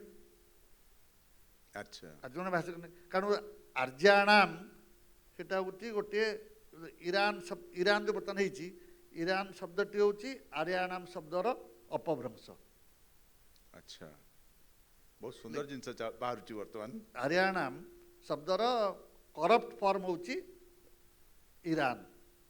ଆରିଆନରୁ ଇରାନ ହେଇଗଲା। ଆର୍ଯ୍ୟାନରୁ ଇରାନ ଆଜ୍ଞା ବୁଝିଲେ କି? ହଁ ପାଖାପାଖି ପାଖାପାଖି ଏବଂ ତାଙ୍କର ଯେଉଁ ଇରାନର ଯେଉଁ ପର୍ସିଆନ ମାନେ ଥିଲେ ଦୁଇଥର ଆକ୍ରମଣ ହେଇଛି ସସେନିଆନ କିଙ୍ଗ ମାନେ କରିଛନ୍ତି ଆଉ ଗୋଟେ ଦୁଇଥର ଆକ୍ରମଣ ତାଙ୍କୁ ପୋଡ଼ି ପାଡ଼ି ପକାଇଛନ୍ତି। ଯାହା କିଛି ବଳିଛି ତାଙ୍କର ଯେଉଁ ଗୋଟେ ଆବେସ୍ତା ଗ୍ରନ୍ଥ ଅଛି ଆଜ୍ଞା ସେ ଆବେସ୍ତା ଗ୍ରନ୍ଥଟି ଆପଣ ପଢ଼ିଲେ ଗୋଟେ ବାକ୍ୟଟିଏ ଶ୍ଲୋକ ଯେମିତି ଲେଖା ହେଇଛି ଅସମ୍ବହୁ ବହିସ୍ତମସ୍ତି ଉସ୍ତା ଅସ୍ତି ଉସ୍ତା ମାଇ ବହିସ୍ତମସାଇ ସଂସ୍କୃତ ଶ୍ଲୋକ ଏ ତ ପୁରା ସମ୍ପୂର୍ଣ୍ଣ ଆରବିକ ଇଏ ଭଳିଆ ଶୁଣାଯାଉଛି। ଅସମ୍ବହୁ ବହିସ୍ତମସ୍ତି ଉସ୍ତା ଅସ୍ତି ଉସ୍ତା ଅମ୍ହାଇ ଅସମ୍ବହୁ ମାନେ ଋତମ ବସୁ ବଶିଷ୍ଠମସ୍ତି ପୁରା ବ୍ୟାକରଣ ଦୃଷ୍ଟି ଦେଖିଲେ ଶୈଳୀଗତ ଦେଖିଲେ ଅର୍ଥ ଦୃଷ୍ଟି ଦେଖିଲେ ଆବେସ୍ତା ଭାଷାର ସଂସ୍କୃତ ଭାଷା ସହିତ ଅତ୍ୟନ୍ତ ଘନିଷ୍ଠ ସମ୍ପର୍କ ଘନିଷ୍ଠତା ରହିଛି ତେଣୁ ଦେଖାଯାଉଛି। ତାଙ୍କୁ ଇଣ୍ଡୋ ଇରାନିଆନ ଗ୍ରୁପର ଇଣ୍ଡୋ ଇରାନିଆନ ଗୋଟେ ଭାଷା ଗ୍ରୁପ ଅଛି ଆମର ଇଣ୍ଡିଆନ ଆଉ ଇରାନିଆନ ଇଣ୍ଡିଆନ ଆଉ ୟୁରୋପିଆନ ଗ୍ରୀକ୍ ଆଉ ଲାଟିନ୍ ଆମର ହେଉଛି ଇଣ୍ଡିଆନ ଇଣ୍ଡୋ ୟୁରୋପିଆନ ତାର ଗୋଟେ ବ୍ରାଞ୍ଚ ହେଉଛି ଇଣ୍ଡୋ ଇରାନିଆନ ଇଣ୍ଡିଆନ ଆଉ ଇଣ୍ଡିଆନ ଆରିଆନ ଇରାନିଆନ ତାଙ୍କ ଇରାନିଆନ ତେଣୁ ସେ ଭାରି ପାଖାପାଖି ଭାଷା ଆମର। ତେଣୁ ସେତେବେଳକୁ ଭୌଗୋଳିକ ଦୃଷ୍ଟିରୁ ଆମର ତାଙ୍କ ସହିତ ବହୁତ ସମ୍ପର୍କ ଥିଲା ଆଚ୍ଛା କାରଣ ଖ୍ରୀଷ୍ଟପୂର୍ବ 2200-2500 ବେଳକୁ ଆର୍ଯ୍ୟମାନେ ପ୍ରବେଶ କରିସାରିଲେଣି। ଖ୍ରୀଷ୍ଟପୂର୍ବ 2200 ମାନେ 2500 ପାଖାପାଖି ମ୍ୟାକ୍ସିମମ୍ ଲୋକ 2500 ବେଳକୁ ସେମାନେ ଆସିକି ପଞ୍ଜାବରେ ପଞ୍ଜାବ ମାନେ ପାକିସ୍ତାନର ପଞ୍ଜାବ ପ୍ଲସ୍ ଆମର ପଞ୍ଜାବ ଏ ଗୋଟେ ଲାଗିଛି ପଞ୍ଜାବ ଗୋଟିଏ ଅଛି ଗୋଟିଏ ପଞ୍ଜାବ ଖାଲି ମଝିଟା ସିନ୍ଧୁ ଯାଇଛି ହଁ। ସେତେବେଳକୁ ସେ ଇଣ୍ଡସ୍ ରିଭର ପାରିକି ପଳେଇ ଆଇଲେଣି ବୁଝିଲେ କି ସେତେବେଳକୁ ଆସିଗଲେଣି କୁରୁକ୍ଷେତ୍ର ମଧ୍ୟ ପଳେଇ ଆଇଲେଣି ଆଚ୍ଛା କାରଣ ସରସ୍ୱତୀ ନଦୀଟା କୁରୁକ୍ଷେତ୍ର ପାଖରେ ହଁ ହଁ ବୁଝିଲେ କି ସେତେବେଳକୁ ସେମାନେ ଆସିଗଲେଣି ତେଣୁ ସପ୍ତଦ୍ୱୀପ ମେଦିନ ଯେଉଁ କୁହାଯାଇଛି ସେ ଗୋଟେ କାଳ୍ପନିକ ହେଇଥାଇପାରେ ବା ସେହି ସମୟରେ ସେମାନେ ଯାହା ଭୌଗୋଳିକ ଭାବିଛନ୍ତି ଦୃଷ୍ଟିରୁ ଐତିହାସିକ ଦୃଷ୍ଟିରୁ କିଛି ମହତ୍ତ୍ୱ ବେଶୀ ନାହିଁ। କିନ୍ତୁ ଆମେ ଯେତେବେଳେ ଦେଖିବା ସପ୍ତ ମହାଦେଶ ବେଳକୁ ଦେଖିଲା ବେଳକୁ ଠିକ ଅଛି ହଁ ସେତେବେଳେ ହେଇଥାଇପାରେ ହଁ ହେଇପାରେ ଥାଇପାରେ ହଁ ଆଉ ଭରତ ଏସବୁ ବହୁତ ଜିନିଷ ଠିକ କଥା କହୁଛନ୍ତି ଆପଣ କାହିଁକି ନା ବହୁତ ଜିନିଷ ଆମେ କାଳ୍ପନିକକୁ ଶୁଣିକିରି ଅତ୍ୟନ୍ତ ସତ୍ୟ ବୋଲି ମନେ କରିକିରି ଆମେ ତାକୁ ସତ୍ୟ ବୋଲି ଆମେ ଆକ୍ସେପ୍ଟ କରି ଗ୍ରହଣ କରିନେଇଛନ୍ତି। ଆଚ୍ଛା ଆମେ ବର୍ତ୍ତମାନ ପୁଣି ଫେରିଯିବା ପାଣିନିଙ୍କ ପାଖକୁ ପାଣିନିଙ୍କର ଭାଷା ଆଉ ସଂସ୍କୃତ ଭାଷା ମୁଁ ସେଟା ସଂସ୍କୃତ ଭାଷା କହିଲେ ଆଜ୍ଞା ପ୍ରଥମ ଥର ପାଇଁ ସଂସ୍କୃତ ଶବ୍ଦର ବ୍ୟବହାର କୋଉଠି ହେଇଛି ଆମେ କେହି ଜାଣିନାହୁଁ ସତ କଥା। ଆଜ୍ଞା ରାମାୟଣରେ ଯେତେବେଳେ ଯାଉଛନ୍ତି ହନୁମାନ ସୀତାଙ୍କୁ ଠାବ କରିବା ପାଇଁ ଆଚ୍ଛା ସେଇଠି ଗୋଟିଏ ଶବ୍ଦ କୁହାଯାଇଛି ସଂସ୍କୃତା ସଂସ୍କୃତ ନାହିଁ ଆଚ୍ଛା ସେ କ'ଣ ସେଠି ସଂସ୍କୃତି ନାଉନ୍ ନହେଲେ ସେଟା ଆଡଜେକ୍ଟିଭ୍ ହେଇଛି ଯଦି ବାଚମ୍ ପ୍ରଦାସ୍ୟାମି ଦ୍ୱିଜାତିରିବ ସଂସ୍କୃତାମ୍ ରାବଣ ମନ୍ୟମାନା ମାମ୍ ସୀତା ଭୀତା ଭବିଷ୍ୟତି ସେ କହୁଛନ୍ତି ଯଦି ମୁଁ ଇଏ କହୁଛନ୍ତି କିଏ ହନୁମାନ ଯଦି ମୁଁ ସଂସ୍କୃତ ଶବ୍ଦରେ ସୀତାଙ୍କୁ କହିବି ଯେ ରାମ ମୋତେ ପଠେଇଛନ୍ତି ମୁଁ ଠାବ କରିବାକୁ ଆସିଛି ତ ସେ ଡରିଯିବେ ସୀତା ଭୀତା ଭବିଷ୍ୟତି କାହିଁକି ସେ ଗୋଟେ ରାବଣ ନା କାହିଁକି ରାବଣ ସଂସ୍କୃତ ଜାଣିଥିଲା ଆଜ୍ଞା ନ ଜାଣିଥିଲେ ବହୁତ ବିଦ୍ୱାନ କହିଲା ରାବଣ ଭାବିକି ଛଦ୍ମବେଶୀ ରାବଣ ଭାବି ସେ ମୋତେ ହେଇଯାଉ ମୁଁ ବାନରମାନଙ୍କ ଭାଷାରେ କହିବି ମୁଁ ମୋଟେ ବ୍ରାହ୍ମଣମାନଙ୍କ ଭାଷାରେ କହିବି ନାହିଁ। ଆଚ୍ଛା ପ୍ରଥମତଃ ଆମେ ଦେଖିଲୁ ସେଠି ଯେଉଁ ସଂସ୍କୃତ ବାଚ ମାନେ Sita ଭିତା। refined language. I shall speak in a refined language. If I at all speak in a refined language, Sita will be frightened. ଯେମିତି କି ସେ ବୁଝି ପାରିବେ ମୁଁ ରିଫାଇଣ୍ଡ ଲାଙ୍ଗୁଏଜ କହିବି ନାହିଁ। ହଁ କନଭିନ୍ସ ହେଇକି ମତେ ଗ୍ରହଣ ହଁ କରିପାରିବେ ମୁଁ ରିଫାଇଣ୍ଡ ବାନର ଭାଷାରେ କହିବି, ବ୍ରାହ୍ମଣ ଭାଷାରେ କହିବି ନାହିଁ। କହିବି ନାହିଁ। ତେଣୁ ସଂସ୍କୃତ ବାକ୍କୁ ସେଠି କୁହାଯାଇଛି। କାରଣ ଗୋଟେ ଓପିନିଅନ୍ ଅଛି ଯେ ସଂସ୍କୃତ ଅର୍ଥ ରିଫାଇଣ୍ଡ, ପରିଷ୍କୃତ। ତାହେଲେ କାହାର ପରିଷ୍କାର କଲେ? ଶବ୍ଦର ନା ଭାଷାର? ନା, ପ୍ରାକୃତର ପରିଷ୍କରଣ। ପ୍ରାକୃତ ଭାଷାର ପରିଷ୍କରଣ କରିବାରୁ ସେ ସଂସ୍କୃତ ଭାଷା ହେଲା। କାରଣ ପ୍ରାକୃତ ଭାଷା ହେଉଛି କଥିତ ଭାଷା, ସେ ସମୟରେ ଯୋଉ ଭାଷା ଚାଲିଥିଲା ପ୍ରକୃତି। ଏବେ ମଧ୍ୟ ଆପଣ କାଲି ଯେଉଁ କଲେ ନାଟକରେ ଓଡ଼ିଆଟି କ'ଣ? ଓଡ଼ିଆ ସଂସ୍କୃତର ପ୍ରାକୃତ ରୂପ, ଓଡ଼ିଆ ସଂସ୍କୃତ ପ୍ରାକୃତ ରୂପ। ଆଉ କ'ଣ ହେଇପାରିବ? ଏଇଟା ପ୍ରକୃତି। ହଁ ଆମେ ଓଡ଼ିଆ, ଆମେ ଓଡ଼ିଆ। ପ୍ରକୃତି ହେଉଛି ପ୍ରାକୃତ, ସଂସ୍କୃତ ହେଉଛି ବିକୃତି। ପରିଷ୍କାର କଲେ କ'ଣ ଅର୍ଥ? ଆପଣ ଯେତେବେଳେ ଘରେ ଚୁନା କୁଟା ଯାଉଛି, ଆଜ୍ଞା ଚୁନା କୁଟାଟା ମୌଳିକ ନା ମଣ୍ଡାଟା ମୌଳିକ? ଚୁନାରୁ ତ ମଣ୍ଡା ବନିବ। ବା ଚୁନାଟାକୁ ଚଲେଇକି ତାକୁ ପ୍ୟୁରିଫାଏ କରିକି ଆପଣ କରୁଛନ୍ତି। ଆଜ୍ଞା ତାର ମୌଳିକ ଜିନିଷ କୋଉଟା? ମୂଳ ଜିନିଷଟା ଯୋଉଠୁ ଆରମ୍ଭ ହଉଛି। କୋଉଠି ହେଉଛି? ଆଜ୍ଞା ତାହେଲେ ପ୍ରାକୃତରୁ ହିଁ ଆମେ ତାହେଲେ ଆମେ ଯେଉଁ ଭାଷା ସଭ୍ୟ ଶିକ୍ଷିତ ସମାଜରେ କହିଲୁ ତାକୁ କୁହାହେଲା ସଂସ୍କୃତ ଭାଷା। ଇଂରାଜୀ ଅବସ୍ଥା ଯାହା। ଆଜ୍ଞା ଇଂରାଜୀରେ ମଧ୍ୟ ଦୁଇଟି ଅଛି ରୂପ, ଗୋଟେ କଥିତ ରୂପ, ଗୋଟେ ଲିଖିତ ରୂପ। ଲିଖିତ ରୂପରେ ଆମେ ଯେଉଁ ଶ୍ରେଣୀରେ ଯେଉଁ ଭାଷା ବ୍ୟବହାର କରୁଛୁ, ଲୋକଙ୍କ ସହିତ ବ୍ୟବହାର କରୁଛୁ, ହେଉଛି ଲିଖିତ ରୂପ। ଯୋଉଟାକି ଆଜିକାଲି ଶିଷ୍ଟମାନଙ୍କର ଭାଷା। ଶିଷ୍ଟ ମାନେ ଏଜୁକେଟେଡ୍ ମାସ୍। ଆଜ୍ଞା ଅନଏଜୁକେଟେଡ୍ ମାସ୍ ମାନଙ୍କର ଗୋଟେ ଇଂଲିଶ ଭାଷା ମଧ୍ୟ ଅଛି। ଆଜ୍ଞା ସେଇଟା ହେଉଛି ପିଓର ଇଂଲିଶ, ଯୋଉଟାକି ଆଜିକାଲି ଚାଲିଛି ଆଇ ୱାନା ଗୋଇଂ। ହଁ, ଯୋଉଟା I want to communicative English. Communicative ଇଂଲିଶଟା ହେଉଛି ପିଓର ଇଂଲିଶ। ଆଚ୍ଛା ଆପଣ ଯୋଉଟା କହୁଛନ୍ତି ଏଇଟା ଗ୍ରାମାଟିକାଲ ଇଂଲିଶ। ତାମାନେ ସେଇଟା ହଁ ଯୋଉଟା ବୁଝି ଯାଇ ପାରୁଛନ୍ତି ଆମେ, ହଁ ଯାହାଦ୍ୱାରା କି ଆମେ ବୁଝିପାରୁଛନ୍ତି। ଆମେ ଗଲ କହିଲେ ବି ଯଦି ମୁଁ ଗଲି ବୁଝିଲେ ଆମେ ଗଲେ ଠିକ୍। କିନ୍ତୁ ଯେତେବେଳେ ବ୍ୟାକରଣ ଦୃଷ୍ଟିରୁ ଭାଷା ହେଇପାରେ, ଶବ୍ଦ ଭୁଲ ହେଇପାରେ, ବା କିନ୍ତୁ ଭାଷା ଦୃଷ୍ଟିରୁ କୌଣସି ଭାଷା ତାମାନେ ଆମେ ଜାଣିବା ଯେ ଭାଷା ଦ୍ୱାରା ଯଦି ଆପଣ ମୋତେ ବୁଝେଇ ଦେଇପାରିଲେ ବା ମୁଁ ଆପଣଙ୍କୁ ବୁଝେଇ ଦେଇପାରିଲି, ତାହେଲେ ସିଏ ଆମର କମ୍ୟୁନିକେସନ୍ ଗ୍ୟାପ୍କୁ ଦୂର କରିଦେଲା ଏବଂ ତାହା ହିଁ ଆମର ଅରିଜିନାଲ ଭାଷା ବା ପ୍ରକୃତ ଭାଷା। ଏଇ ପ୍ରକୃତ ଭାଷା ହିଁ ପ୍ରାକୃତ ଭାଷା ସେ ରହିଛି। ତାକୁ ପରିଷ୍କରଣ କରିବା ଦ୍ୱାରା, ବ୍ୟାକରଣ ନିବଦ୍ଧ କରିବା ଦ୍ୱାରା, ଆପଣ ଦେଖନ୍ତୁ ଯେକୌଣସି ମୌଖିକ ଭାଷା ପାଇଁ ବ୍ୟାକରଣ ଲେଖାଯାଇ ନାହିଁ। ଆଜ୍ଞା ବିଲକୁଲ ଠିକ୍ କହୁଛନ୍ତି। କିନ୍ତୁ ସେସବୁ ଭାଷା ଦୃଷ୍ଟିରୁ ଠିକ୍ ହେଉଛି। ଯେଉଁଠି ବ୍ୟାକରଣ ନିବଦ୍ଧ ହେଇଗଲା ଭାଷା, ସେ ଭାଷାର ମୃତ୍ୟୁ ଆସିଲା। ହଁ ସଂସ୍କୃତ ଭାଷାଟା ଏତେ ବ୍ୟାକରଣ ନିବଦ୍ଧ ହେଇଯାଇଛି, ଆପଣ ମାନେ ଗଛତିକୁ ଆଉ କିଛି କହିପାରିବେ ନାହିଁ। ହଁ ଗମତି କହିପାରିବେ ନାହିଁ। ଗମଧାତୁର ଗମତିକ ଅବସ୍ଥା କ'ଣ ଥିଲା? ତାକୁ ଗଛତି କରିଦେଲେ, ଗମ ଧାତୁର ଗଛ ଆଦେଶ ହେବ, ଗଛତି ହେବ। ସେଇଠି ଯିଏ ଗଛତି ନ କହିପାରିଲା ସେ ଭୁଲ କହିଦେଲା, ଭାଷା ମରିଗଲା। ଭାଷାର ଯେଉଁ ଫ୍ଲୁଏଣ୍ଟ ଗ୍ରୋଥ୍ ହେଇଥାନ୍ତା, ସ୍ୱାଭାବିକ ଯେଉଁ ବୃଦ୍ଧି ହେଇଥାନ୍ତା, ସେ ସମ୍ଭବପର ହେଲା ନାହିଁ। ତାହେଲେ ଗମରୁ ଗଛତି ହେଇଗଲା। ହଁ, ଗମରୁ ଗଛ ତେଣୁକରି ଭାଷାକୁ ଯଦି ଆପଣ ବାନ୍ଧିଦେବେ, ଗୋଟେ ସାଧାରଣ ଉଦାହରଣ କୁହେ, ଗୋଟେ ଝିଅଟେ ବିବାହ କଲା ବେଳେ ଆମେ ତାକୁ 10-15 ଭରି ସୁନା ଦେବା। ଯଦି 15 କୁଇଣ୍ଟାଲ ସୁନା ପିନ୍ଧେଇବା, ସେ ଆଉ କେଉଁଠି ଚାଲିବ କେମିତି? ତା ସ୍ୱାଭାବିକ ଗତି ବନ୍ଦ ହେଇଯିବ। ବ୍ୟାକରଣ ନିବଦ୍ଧ ଭାଷାଙ୍କ ସେଇ ଅବସ୍ଥା ହେଲା। ତାମାନେ ବେଡ଼ି ପକେଇ ଦିଆଗଲା। ବ୍ୟାକରଣ ନିବଦ୍ଧ ଭାଷା ମାନେ ବେଡ଼ି ପଡ଼ିଥିବା ଭାଷା। ଆଉ ସେଇଟାକୁ କେବଳ ସମୟ, ସ୍ଥାନ, କାଳ, ପାତ୍ର ସେଇ ଜାଗାରେ ହିଁ ବ୍ୟବହାର କରାଯିବ। ଆଉ ଗୋଟେ ଅସୁବିଧା ହେଉଛି, ବ୍ୟାକରଣ ଗୋଟେ ନିର୍ଦ୍ଦିଷ୍ଟ ସମୟରେ ଲେଖା ହେଇଥାଏ। ସମୟର ପରିବର୍ତ୍ତନରେ ଭାଷାରେ ପରିବର୍ତ୍ତନ ହୁଏ, କିନ୍ତୁ ବ୍ୟାକରଣ ପରିବର୍ତ୍ତନ କରାଯାଉ ନାହିଁ। ଆପଣ ଉଦାହରଣ ଦେଉଛି। ଆଜ୍ଞା ତୈଳ ଶବ୍ଦର ଅର୍ଥ କ'ଣ? ତେଲ। କେଉଁ ତେଲ? ଯେକୌଣସି ତେଲ। କେମିତି? ତିଳରୁ ଯେଉଁଟା ବାହାରିଥାଏ ତୈଳ ହେବ। ଆଚ୍ଛା ନଡ଼ିଆରୁ ବାହାରିଲେ କେମିତି ତେଲ ହେବ? ସୋରିଷରୁ ବାହାରିଲେ କେମିତି ତେଲ କେମିତି ହେବ? ସେଟା ତିଳରୁ ବାହାରିଲେ ତୈଳ, ନଡ଼ିଆରୁ ବାହାରିଲେ ତେଲ କେମିତି ହେବ? ସେଟା କିରୋସିନଟା କେମିତି ତେଲ ହେବ? ମାଟିରୁ ବାହାରୁଛି। ଆଜ୍ଞା ତାହେଲେ ତାର ପଛପଟେ କ'ଣ ରହିଛି କାହାଣୀ? ଏଇଟା କାହାଣୀ ହେଉଛି। ତାପରେ ଆସନ୍ତୁ ମୃଗ। ଆଜ୍ଞା ମୃଗ ମାନେ କ'ଣ? ମୃଗ ଅର୍ଥ ହେଉଛି ପଶୁ। आमे गोटे निर्दिष्ट पशु को पशु को आम कहीदे मृग बोली गोटे कन्ट्राक्शन मीनिंग होगा अर्थ संक्षिप्तीकरण अच्छा आ गोटे अर्थ विस्तारीकरण है केते सुंदर तीଳରେ कथा बाहरुला सबू सब सबू जेते तैल जेते पदार्थ बाहला चिपा ହେଇକି प्रेस ହେଇକି सबू तैल ହେଇଗଲା हाँ नड़िया रू है किरोसिन है सब केवल गोटे बोधे घी है घी आम सेटा रिफाइंड भाषा ना घीटा हूँ कौन घीटा तेलुर तैयारी होती ना आज्ञा। तेल कि सेटा तेल नुहे हाँ तेल नुहे आज्ञा लवणी रू बाहर चला ना घीटा बस लवणीରୁ कले ना ବାହାରିଛି। है तेणु आ गोटे जाच जाच माने कौन जाचिवा माने कौन ने बोली कहवा बा ताको ने माने ताको दबा पे आम इच्छा प्रकाश करवा के मागिले देले ना खाली देले दी प्रकार ही पारे केମିତି ମତେ କୁହନ୍ତୁ ମତେ 5 ଟଙ୍କା ଯାଚିକି ଦେଲେ मु जाची के देली 5 टका ତା ତ ମାଗିଛି नाई ମୁଁ ମାଗି ନାହିଁ नाई ମୁଁ ମାଗିନି ଆପଣ ଯାଚିକି ଦେଲେ ଆଜ୍ଞା। କିନ୍ତୁ ଯାଚ ତ ଅର୍ଥ ହେଉଛି ମାଗିବା ता माने याचना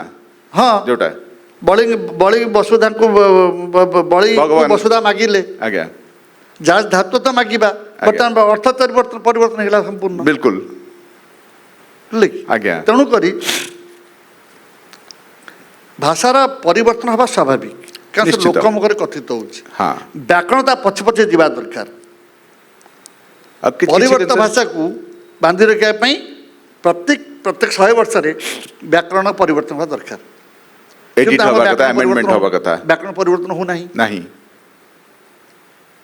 ସେଇଟା ହେଉଛି ଅସୁବିଧା ବ୍ୟାକରଣ ପାଇଁ हाँ से भाया विद्वान भी दरकार व्याकरण को ଯେ କି ଏବଂ ତତ୍କାଳୀନ ଲୋକ ହିଁ ଜାଣିପାରିବେ ବ୍ୟାକରଣ କ'ଣ ପରିବର୍ତ୍ତନ ହେଲା ଜାଣିବା ଭାରି କଷ୍ଟକର भारी कष्टकर ପରବର୍ତ୍ତୀ କାଳ ଲୋକ ଆପଣ ଆପଣଙ୍କୁ କହିବି ମୋ ବୋଉ ମହଲ ପିନ୍ଧୁଥିଲା ମହଲ କ'ଣ ଝିଅମାନେ ବୁଝିପାରିବେ ना मु भी बुझी पारनी ଏଇଠି ଏଠିକି ଲୁହାର ବଳା ସବୁ अच्छा बड़ा जो पिंचले ଗୋଡ଼ରେ ସେଟାକୁ ତ ମହଲ ମହଲ। ଆମ ଆଡ଼କୁ ଆଉଥିଲା ଏବେ ଆଚ୍ଛା। ମହଲ କଲେ କୋଠା ବୁଝିବେ कोठा बुझुचंती ବୁଝିଲେ କି? से महल रे रो କିଛି ବର୍ଷ ପରେ ଲୋକ ସିନ୍ଦୁର ଭୁଲିଯିବେ आज्ञा କାରଣ ବିନ୍ଦି ଶବ୍ଦ ଆସିଗଲାଣି बिंदी ताकू ओवर टाइम ସାଲୱାର ପଞ୍ଜାବୀ ପାଇଁ ଓଡ଼ିଆ ଶବ୍ଦ କ'ଣ ଅଛି पायजामा कुर्ता से भी ସେ କ'ଣ ओडिया भाषा ଓଡ଼ିଆ भी- ଶବ୍ଦ କଥା ନୁହେଁ ସେ ତ ପର୍ସିଆନ ଶବ୍ଦ आज्ञा ଭାରତବର୍ଷରେ ଯେତିକି ଆମର କୋର୍ଟରେ ଯେତିକି ୱାର୍ଡ ଅଛି ସବୁ ତ ପର୍ସିଆନ ଶବ୍ଦ मोस्टली ସବୁ किंतु एठी जस्ट मु पुणी आम साइड ही जावा टिके साइड ही की जाउची आम एठी पुणी पर्शियन शब्द को आसी जावा ए जो कोर्ट रे जो दंड विधान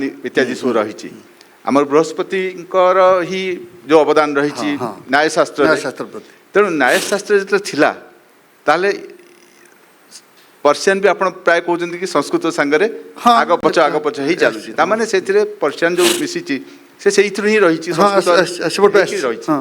तेणु ସେଇଟାକୁ ବର୍ତ୍ତମାନ ପଛରେ ସେମାନେ ଇଂରାଜୀ ଧର୍ମଶାସ୍ତ୍ରରେ ଯେଉଁ ଥିଲା ଆମର ଆଜ୍ଞା ଯେଉଁଠି ସ୍ମୃତି ଆଉ ଧର୍ମଶାସ୍ତ୍ର ମାନେ ସବୁ ଆଜ୍ଞା ବ୍ୟବହାର କରାଯାଉଥିଲା ଆଜ୍ଞା ତା ଭାଷାର ସେଟ୍ଟା ଅଲଗା ଥିଲା ହଁ ଯେତେବେଳେ ପର୍ତ୍ତୁଗୀଜ ମାନେ ଆଇଲେ ଓଲନ୍ଦାଜ ମାନେ ଆଇଲେ ବ୍ରିଟିଶର ମାନେ ଆଇଲେ ସେମାନେ ତାକୁ କୋଡିଫାଇ କରିଦେଲେ ହଁ ଆମର ଗାଁରେ ନିଶାବ ବସି ଟିସାଟି କରିଦେଉଥିଲା ଧର୍ମଶାସ୍ତ୍ର ବଡ଼ ଭାଇ ତୁ ଆଗ ପଟ ନେବୁ ସାନ ଭାଇ ପଛପଟ ନେବୁ ବାସ୍ ବାସ୍ ସେତିକି ଧର୍ମଶାସ୍ତ୍ରର ପ୍ରାକ୍ଟିସରେ ସେୟା ଚାଲୁଥିଲା ହଁ କିନ୍ତୁ ଏମାନେ ତାକୁ ଲ କରିଦେଲେ ହଁ ଲଟା ହେଲେ ମାନେ ତ କୋଡିଫାଇଡ୍ ହେଇଯିବ କୋଡିଫାଇଡ୍ ହେବାକୁ ପଡ଼ିବ ତେଣୁକରି ସେ ତା ପାଇଁ ନିର୍ଦ୍ଦିଷ୍ଟ ବିଧିବିଧାନ ଦରକାର ଶବ୍ଦ ଦରକାର ସେ ଶବ୍ଦରେ ପର୍ସିଆନ ଶବ୍ଦ କରାଗଲା ଆଜ୍ଞା କାରଣ ତା ପୂର୍ବ ଆମର କେବେ ମାଲି ମକଦ୍ଦମା ନଥିଲା ଆଜ୍ଞା ମାଲିକ ପ୍ରଧାନ କୋର୍ଟ କଚେରୀ ଏଗୁଡ଼ା ସବୁ ନଥିଲା ନଥିଲା ଗାଁ ସରପଞ୍ଚ ହିଁ ଯାହା ସେ କରୁଥିଲେ କରୁଥିଲେ ହେଇଯାଉଥିଲା କି ପଞ୍ଚନାମା ଫୁଟିଲା ଭାଷା ପଞ୍ଚ ହଁ ସେ 5 ଜଣ ବସି ଯାହା କରୁଥିଲେ ଫାଇଦା ବାସ୍, ବାସ୍। ବର୍ତ୍ତମାନ ଆମେ ପୁଣି ଫେରିଯିବା ଆମର ସେଇ ଶବ୍ଦ ଯେଉଁ ୟାଚ୍ ଆଉ ଆମର ଯେଉଁ ପାର୍ସିଆନ କଥାବାର୍ତ୍ତା ହେଉଥିଲେ ସେଇଠିକି ଫେରିଯିବା କି ଆମେ ଯେଉଁ ବାଣୀ ଦ୍ୱାରା ଶବ୍ଦରୁ ଭାଷା ଭାଷାରୁ କମ୍ୟୁନିକେସନ୍ ଯେଉଁ ଆମ ଦୁଇ ଜଣଙ୍କ ଭିତରେ ଆମେ ଯେଉଁ ବାର୍ତ୍ତାଳାପ କରୁଛନ୍ତି ସେ ଗୋଟେ ମାଧ୍ୟମ ଦେଇକି ଯିବା ଆସିବା କରୁଛି ସେ ମାଧ୍ୟମଟା ହିଁ ଆମେ ଦୁଇଟା ଯେଉଁ ବୁଝିପାରୁଛନ୍ତି ଉଭୟ ବୁଝିପାରୁଥିବା ଦରକାର କାରଣ ମୁଁ ଯଦି ଲାଟିନ୍ କହିଲେ ଆପଣ ଯଦି ହିନ୍ଦୀ କହିଲେ ସେ ବୁଝାବୁଝି ହେଇପାରିବନି ତେଣୁ ଆମେ ଗୋଟେ କମନ୍ ଭାଷା ଧରିଛନ୍ତି ବା ଆମର ଯେମିତି ଓଡ଼ିଶାର ମୁଖ୍ୟତଃ ଓଡ଼ିଆ ବୋଲି ଯେଉଁ ଭାଷାଟି ଚାଲିଛି ଆମେ ଓଡ଼ିଆ ଭାଷାରେ କଥାବାର୍ତ୍ତା ହେଉଛନ୍ତି ଯେଉଁଟାକି ମୁଁ ବି ବୁଝିପାରୁଛି ଆପଣ ବି ବୁଝିପାରୁଛି କିନ୍ତୁ ଯଦି ଆପଣ ସମ୍ପୂର୍ଣ୍ଣ ସଂସ୍କୃତରେ କହିବେ ମୁଁ ହয়ତ ସମ୍ପୂର୍ଣ୍ଣ ହାତ ଯୋଡ଼ିଦେବି ନାହିଁ ମୋ ଦ୍ୱାରା ହେଇପାରିବନି ତେଣୁ ଏଇ ଯେଉଁ ସଂସ୍କୃତ ଭାଷାକୁ ଆମେ କେତେ ପ୍ରାଚୀନକୁ ନେଇକି ଯିବା ତା ଉପରେ ଛୋଟିଆ ଆଖ୍ୟାନଟେ ଆପଣଙ୍କୁ ପ୍ରାଚୀନତା ଦୃଷ୍ଟିରୁ ଦେଖିଲେ ବୈଦିକ କାଳରୁ ଅଛି ଆଜ୍ଞା ଯଦିଓ ତା ନାଁ ଦିଆନି ସଂସ୍କୃତ ଆଚ୍ଛା ପାଣିନିକ ପରେ ପରେ ତା ନାଁ ଦିଆଗଲା ପାଣିନିକ ପାଣିଙ୍କ ପରେ ତା କିଏ ଦେଇଛି ନା କେହି ଜାଣିନା କେହି ଜାଣିନାହାନ୍ତି କିନ୍ତୁ ସମୟକ୍ରମେ ମୁଁ ଦେଖିବାକୁ ପାଇଲି ଯେ ଯେତେବେଳେ ଆମର ତାମିଲ ଭାଷା ଆଜ୍ଞା ତାକୁ ବି କହୁଛନ୍ତି ପ୍ରାଚୀନ ଭାଷା। ହଁ ଭାରତ ବର୍ଷର ଯେତିକି ଆମର ଦ୍ରାବିଡ଼ିଆନ ଗ୍ରୁପରେ 4ଟି ଅଛି ମଲୟାଲମ ତାମିଲ ତେଲୁଗୁ କନ୍ନଡ଼ କଲେ ତାଙ୍କ ମଧ୍ୟରେ ସବୁଠାରୁ ପ୍ରାଚୀନ ହେଉଛି ତାମିଲ। ତାମିଲ ମଧ୍ୟରେ ତାଙ୍କ ଯେଉଁ ଟୁଲୁ ନାମ ଉପଭାଷା ସେ ଆହୁରି ପ୍ରାଚୀନ ଆଚ୍ଛା ବୁଝିଲେ କି around 3500 ହଁ BC ହଁ ସେଥିପାଇଁ ପ୍ରଥମ ଭାଷା ହିସାବରେ ତାକୁ କ୍ଲାସିକାଲ ଲାଙ୍ଗୁଏଜ ମାନ୍ୟତା Classical ଦିଆଗଲା ଦିଆଯାଇଥିଲା। ତାପରେ ସଂସ୍କୃତ ଆସିଲେ ଆଜ୍ଞା ବୁଝିଲେ କି ସିଏ ଗୋଟେ ଅଲଗା ଗ୍ରୁପର ଭାଷା ଭାଷା ଗ୍ରୁପରେ ତାମିଲ ଆଉ ଗୋଟେ ଭାଷା ଗ୍ରୁପ ପୁରା ଅଲଗା ସଂସ୍କୃତ ସହିତ କମ୍ପେୟାର କରିବନି କାହିଁକି ତାର ସିଣ୍ଟାକ୍ସ ବାକ୍ୟ ସଂଯୋଜନା ତାର ଧ୍ୱନି ଉତ୍ପତ୍ତି କିନ୍ତୁ ତାଙ୍କ ଭାଷାରେ ଯେମିତି ସେମାନେ କହନ୍ତି ଶୀଘ୍ରମ କୁଞ୍ଚମ ଅମ୍ଭୋ ରାଶି ଅମ୍ଭୋ। ଗଭୀର ଓଳ ସିଂହ ରଣସଦା ଜୃମ୍ଭିତା ନଳସିକା ସଂଗ୍ରମ ସମ୍ଭାବନା ଇଏ ହେଉଛି ତାମିଲ ତାମିଲ ଭାଷା ତାମିଲ ରାମାୟଣ ତାମିଲର କଥାବାର୍ତ୍ତା ସବୁ। ଅମ୍ଭୋ ରାଶି ତାମିଲ ରାମାୟଣ ଲାଇନ୍ କରୁଛି ଅମ୍ଭୋ ରାଶି ଗଭୀର ୟୋଲ ନୃସିଂହ ରଣସ୍ତୁତା ଜୃମ୍ଭିତା ନଳସିକା ସଂଗ୍ରମ ସମ୍ଭାବନା ସବୁ ଯାକ ଶବ୍ଦ ଶବ୍ଦ ଶୁଦ୍ଧ ଶବ୍ଦ କାହିଁକି ଆମର କ ବର୍ଗ ତ ବର୍ଗ ଆଉ ପ ବର୍ଗ ଇଏ 3ଟି ସଂସ୍ଥାରେ ଥିଲା 3ଟି ବର୍ଗ ଆଚ୍ଛା ପରବର୍ତ୍ତୀ କାଳରେ ଚ ବର୍ଗ ଆଉ ଟ ବର୍ଗ ଏଥିରେ ପଶିଛି ଆଚ୍ଛା ଆଚ୍ଛା ବୁଝିଲେ କି ହଁ ଆମେ ଯେମିତି କହନ୍ତି କଚଟ ତପ କଚଟ ତପରୁ ଚ ଆଉ ଟ ଏ ଦୁଇଟି ପରେ ଆସି ପରେ ସତରେ ପହଞ୍ଚିଛି ମିଶ୍ରଣ ହେଇଛନ୍ତି ଯୋଗା ଯେତେ ଆର୍ଯ୍ୟମାନେ ଯାଇଛନ୍ତି ଦକ୍ଷିଣ ଭାରତକୁ ପ୍ରସାର ହେଇଛି ତାପରେ ସେମାନେ ଆସିଛନ୍ତି ସବୁ କାରଣ ପ୍ରାକୃତରେ ଟ ଠ ଡ ଢ ଣ ଥିଲା ଆଚ୍ଛା ସଂସ୍କୃତରେ ଟ ଠ ଡ ଢ ନଥିଲା ଓରିଜିନାଲି ଆଚ୍ଛା ଇଭିନ୍ ଲ ଆଉ ଳ ଏ ଲ ବିଷୟ ଲ ଦୁଇଟା ବେଦରେ ଥିଲା ବେଦରେ ଥିଲା। ବେଦରେ ଲ ଥିଲା ଳ ଥିଲା କିନ୍ତୁ ଯେମିତି ଆମେ ହିନ୍ଦୀ ଯୋଉମାନେ କହୁଛନ୍ତି ହଁ। ସେମାନେ ପ୍ରାୟ ଳ କହନ୍ତି ନା କହନ୍ତି ନାହିଁ ସେମାନେ ଲ କହିଦେବେ ହଁ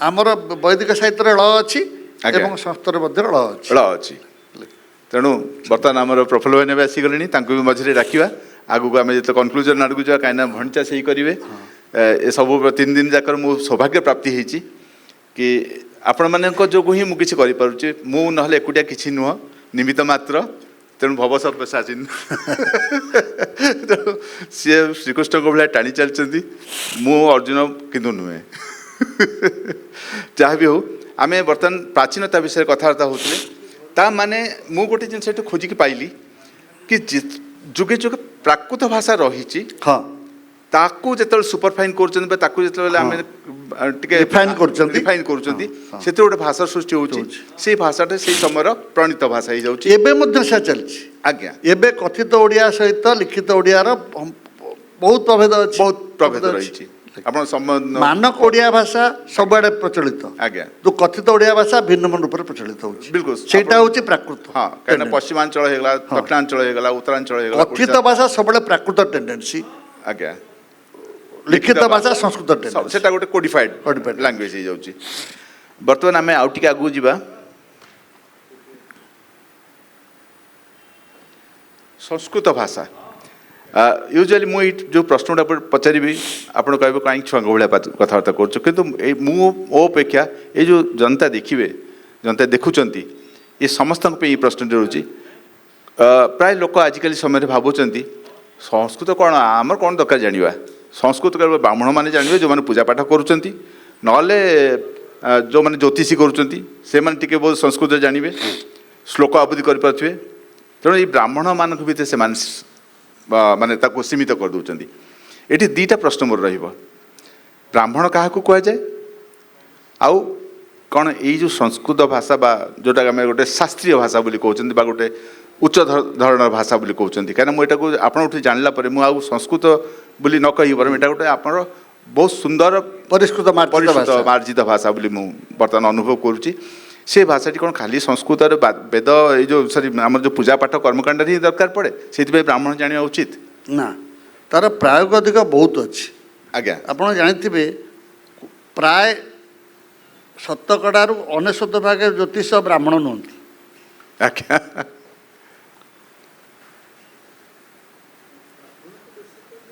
ଆଜ୍ଞା ହଁ ବ୍ରାହ୍ମଣ ନାହାନ୍ତି ଆପଣ ଯୋଉ କହିଲେ ତାଙ୍କୁ ନାହକ ବୋଲି କୁହାଯାଏ ନାହକ କୁହାଯାଏ ସେ ନାହକ ବ୍ରାହ୍ମଣ ନୁହନ୍ତି पुरोहित माने ब्राह्मण आज्ञा। किंतु ज्योतिष माने ब्राह्मण नुहं। ज्योतिष माने ब्राह्मण न होई ब्राह्मण भी हेई पारନ୍ତି न भी प्रायोगिक वैद्य आज्ञा। वैद्य मान कोटी ब्राह्मण केवल अछंती कि ना प्रायोगिक दृष्टिकोण भिन्न भिन्न वर्ग लोक मैंने ए भाषा को व्यवहार कर आज्ञा तेणु संस्कृत ब्राह्मण निष्ठ भाषा यहाँ केवे नथिला नथिला। केवे नथिला कि एबे नाही एबे नाही आपणक एथिरे कोथरे नाटक मानकरे मध्य उच्च वर्ग निम्न वर्ग नीच वर्ग नुहे हाँ उच्च वर्ग माने संस्कृत भाषा कहते उत्तम मध्यम अधम जो आमर चरित्र चरित्र कराइछि राजा महाराजा पुरोहित ये कहते सेन उत्तम चरित्र से जाउछि। कहते संस्कृत आज्ञा। अन्य मैंने कहते कहते प्राकृत रे कहबी से माने ब्राह्मण नटले कि थिबे निश्चित विदुषक ब्राह्मण थे बहुत जगह आज्ञा।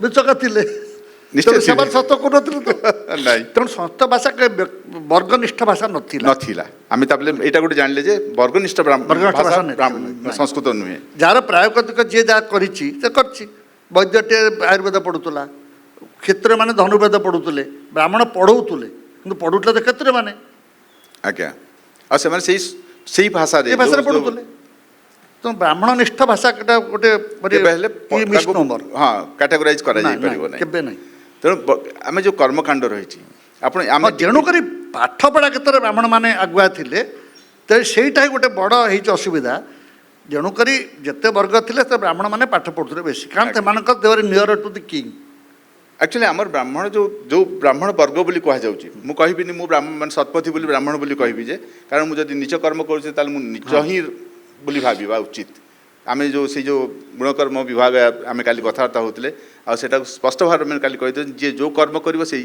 ବର୍ଗରେ ଯିବ ତେଣୁ ଯେତେବେଳେ ସେମାନେ ସେଇ ଯେଉଁ ସତ୍କର୍ମ ଶୁଦ୍ଧ କର୍ମଗୁଡ଼ିକ କରିବେ କର୍ମକାଣ୍ଡ କରିବେ ଆମେ ସେ ବିଷୟରେ ଅଲରେଡ଼ି ଆଲୋଚନା ଆରମ୍ଭ କରିଥିଲେ ତାକୁ ମୁଁ ସେଇଠି ଅଟକେଇ ଦେଇଥିଲି ବର୍ତ୍ତମାନ ସେଇ ଆଡ଼କୁ ଯିବା ଉଚ୍ଚାରଣ ଆଚରଣ କାହିଁକିନା ଏ ଭାଷା କହିଲା ଆମେ ଓଡ଼ିଆ କହିଲା ବେଳକୁ ଯେମିତି ଆପଣ କହୁଥିଲେ ଖାଇମି ଜିମି ଖାଇତେ ଯାଇତେ ବୋଲି କହିଦେଉଥିଲେ କିନ୍ତୁ ଏ ଶବ୍ଦ କହିଲା ବେଳକୁ ଆମେ ଟିକେ ଗଳାଫଳା ଟେକିକି କହିବାକୁ ପଡ଼ୁଛି କାହିଁକିନା ନହେଲେ ସେ ଶବ୍ଦ ଯେଉଁ ଅନୁସାର ବିସର୍ଗ ଏସବୁ ଶବ୍ଦ ଗୁଡ଼ାକ ଠିକ୍ରେ ବାହାରିବନି ଇ ଯେଉଁ ଆମର ପାଖାପାଖି 7 ନିଜେ ବହୁତ ଦିନ ରହିକି ଆସିଛନ୍ତି ଆଜ୍ଞା ଭାରତ ପୃଥିବୀର ସବୁଠୁ ବଡ଼ ବୈଜ୍ଞାନିକ ଆମର ବ୍ୟାକରଣ ହେଉଛନ୍ତି ଜର୍ଜ କାର୍ଦୋନା ସେ ତ ଖ୍ରୀଷ୍ଟିଆନ ଲୋକ ସେ ଯେତେ ସୁନ୍ଦର ସଂସ୍କୃତ ଭାଷାରେ କହନ୍ତି ଶ୍ଲୋକ ଲେଖନ୍ତି କେଉଁଠି ବ୍ରାହ୍ମଣ ନିଷ୍ଠ ହେଲା ଏସ୍ପି ସିଂଙ୍କ କଲିଗ ଯେ ଥିଲେ ଆମର ହଁ ହଁ ଓସେନ ହଁ ନାଇଁ ମୋର ବି ଜଣେ ବନ୍ଧୁ ଅଛନ୍ତି ଆମର ଏଇ ପାଖରେ ଉତ୍କଳ ବିଶ୍ୱବିଦ୍ୟାଳୟରେ ଆଜ୍ଞା ଅବ୍ରାହ୍ମଣ ତ ଆମର ଅଧ୍ୟାପକ ଅଛନ୍ତି ସବୁ ସଂସ୍କୃତ ବିଭାଗରେ ବିଲକୁଲ ତେଣୁ ସେତେ ସମ୍ପର୍କ ନାହିଁ ଭାଷା ଗୋଟେ ବ୍ୟକ୍ତିନିଷ୍ଠ ବା ବର୍ଗନିଷ୍ଠ ନୁହେଁ ହଁ ମୋର ଜଣେ ବନ୍ଧୁ ମୁଁ କହୁଥିଲି ଇଦ୍ରିସ୍ ଅଲି ସେ କେନ୍ଦ୍ରୀୟ ବିଦ୍ୟାଳୟ 48ଟି ବିଶ୍ୱବିଦ୍ୟାଳୟରେ ସମଗ୍ର ପୃଥିବୀରେ ସଂସ୍କୃତ ପଢ଼ାଯାଉଛି ଆଜ୍ଞା ଆମ ବିଶ୍ୱବିଦ୍ୟାଳୟ ଉତ୍କଳ ବିଶ୍ୱବିଦ୍ୟାଳୟ ଦ୍ୱିତୀୟ ପ୍ରଫେସର ଯେ ଥିଲେ ଅନାମ ଜଣ ସ୍ୱାଇଁ ସିଏ 1948 ମସିହାରେ ଡାନିଏଲ ଏଚ୍ ଇଂଗଲ୍ସଙ୍କ ଠାରୁ ଉପନିଷଦର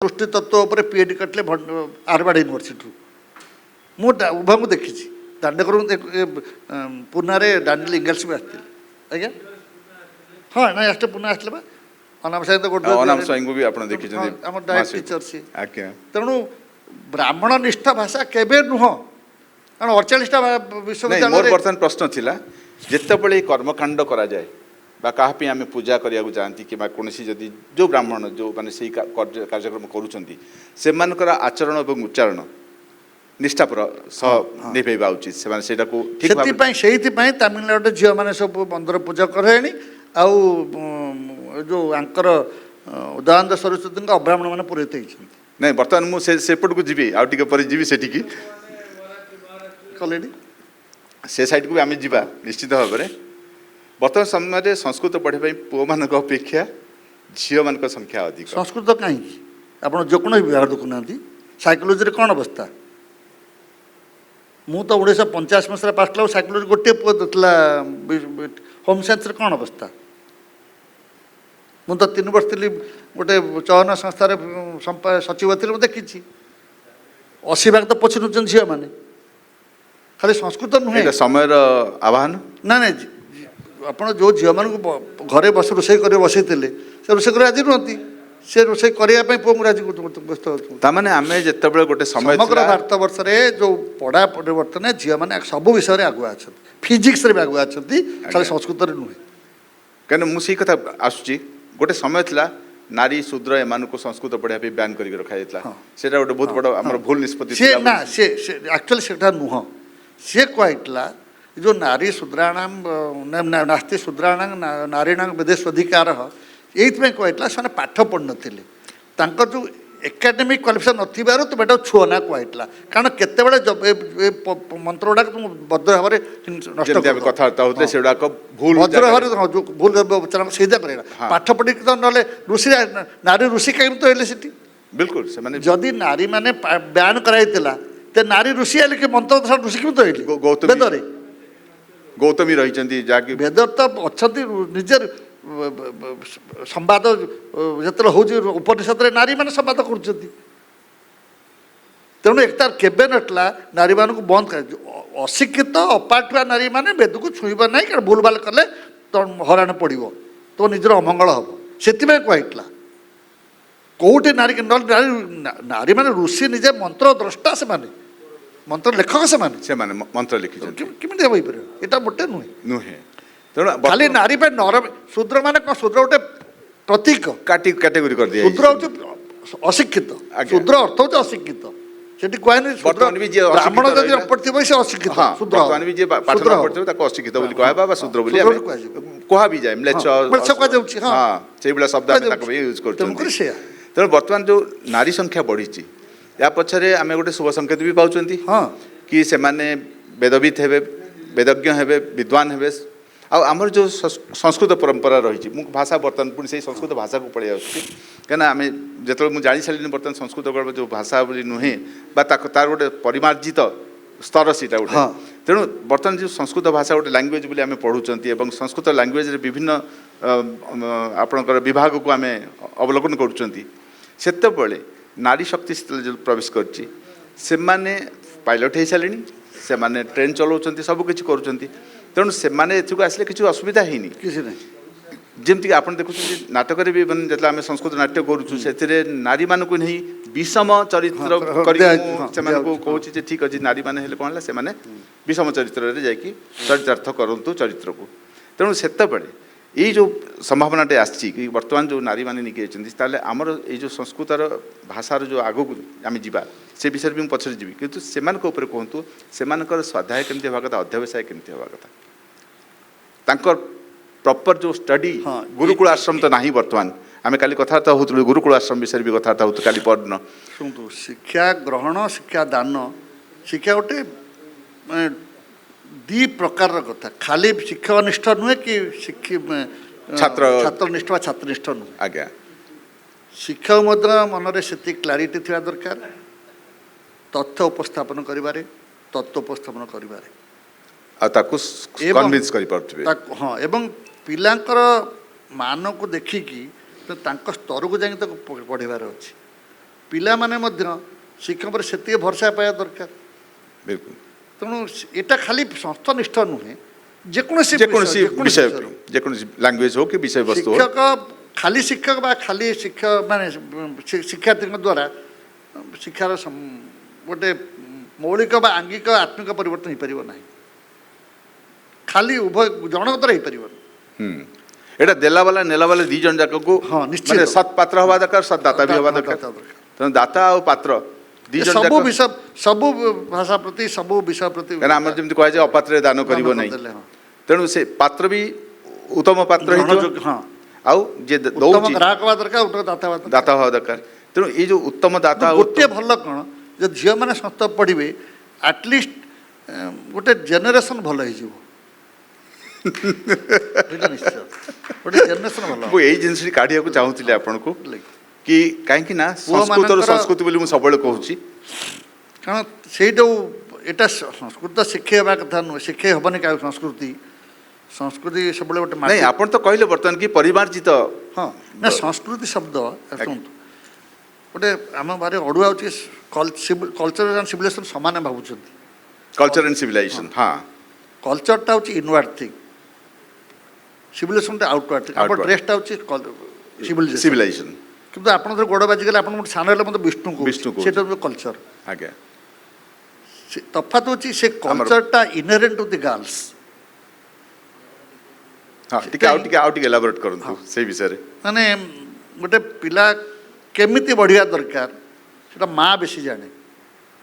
ତାର ଆଉଟୱାର୍ଡ ବଢ଼ିବାଟାକୁ ଦେଖେଇବ ବାପା ଦେଖୁଛି ସବୁବେଳେ, ପିଲାର ଇନୱାର୍ଡ ଗ୍ରୋଥଟା ମା ଦେଖେ। ଯେଉଁଟା ସଫ୍ଟ କପି ଯେଉଁଟା ଆଉ ହାର୍ଡ଼ କପିଟା ବାପା ହେଉଛନ୍ତି ହାର୍ଡ଼ କପି ଦେଖିବା ହାର୍ଡ଼ ଲୋକ। କପି କିନ୍ତୁ ସଫ୍ଟ ମାନେ ହାର୍ଡ଼ ହାର୍ଟ ନେଇକିରି ସଫ୍ଟ ସେଥିପାଇଁ ସନ୍ ଇଜ୍ ଅଲୱେଜ୍ ଆଟାଚ୍ ଟୁ ମଦର।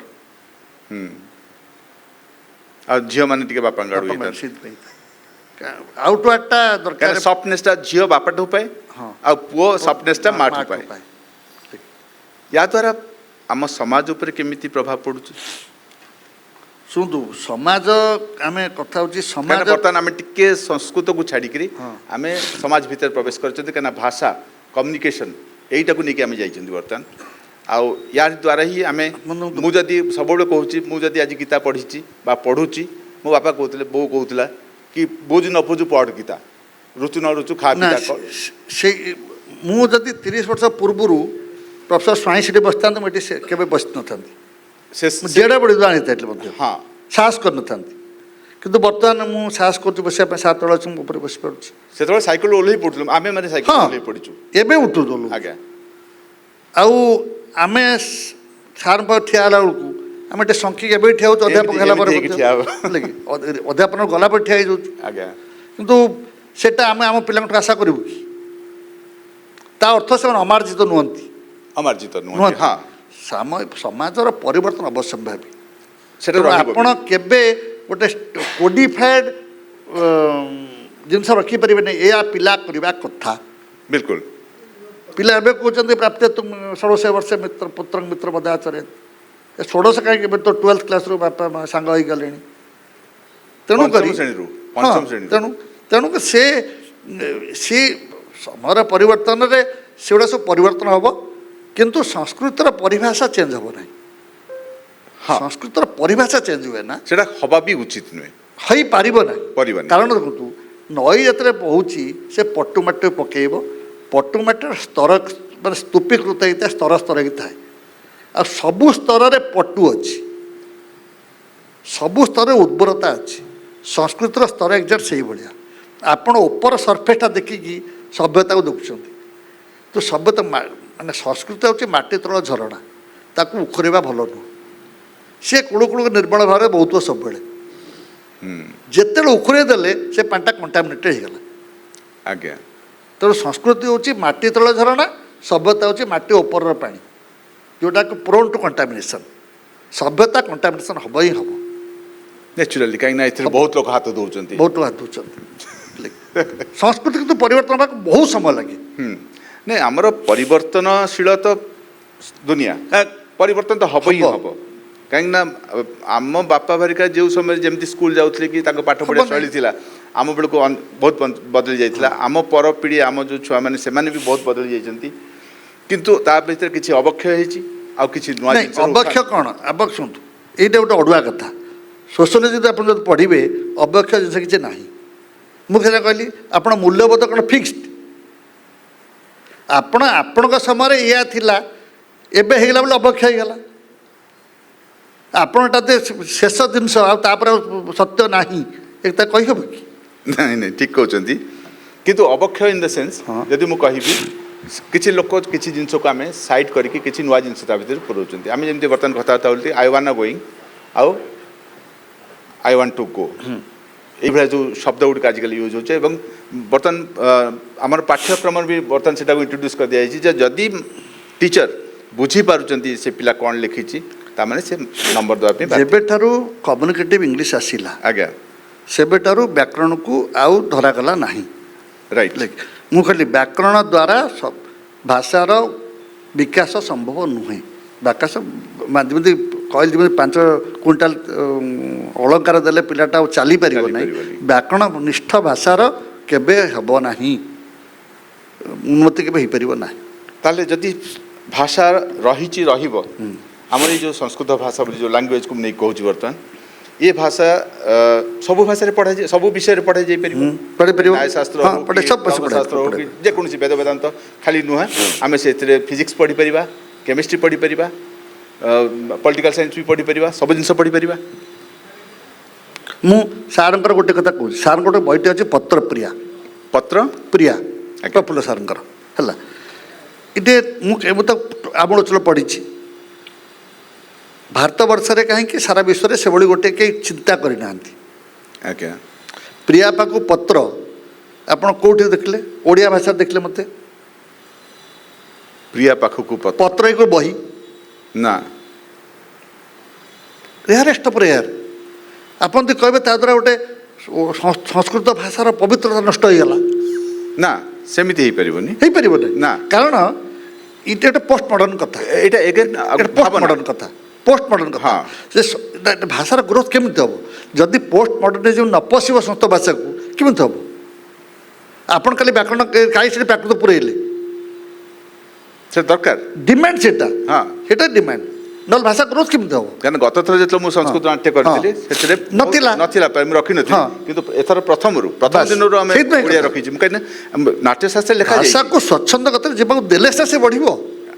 କାଲି ଆକ୍ଚୁଆଲି ଆଉ ଗୋଟେ ଭଲ ଜିନିଷ ମୁଁ ଜାଣିଲି କି ପ୍ରାକୃତ ଭାଷା ବିଷୟରେ ଗୋପାଳ ସାର୍ କହିଲେ, କିନ୍ତୁ ମୁଁ ଯେଉଁ ନାଟ୍ୟଶାସ୍ତ୍ରରେ ପଢ଼ିଥିଲି ସେଥିରେ ଲେଖା ହେଇଛି ଯେ ବିଦୂଷକ ଆଦି ଚରିତ୍ରମାନେ ନିଜ ଭାଷାରେ କହିବେ, କହିପାରିବେ। କହିବେ। ତେଣୁ ମୁଁ ସେଇଥିପାଇଁ କ'ଣ କଲି, ବିଦୂଷକ ମୁହଁରେ କହିଲି, ଆଉ କାହାକୁ କହିଲିନି। এটা ନାଟ୍ୟଶାସ୍ତ୍ର କେତେ ଆଗେ ନାଟ୍ୟଶାସ୍ତ୍ର ଲେଖା ହେଲା ପରେ ଡ୍ରାମା ଲେଖା ହେଇଛି?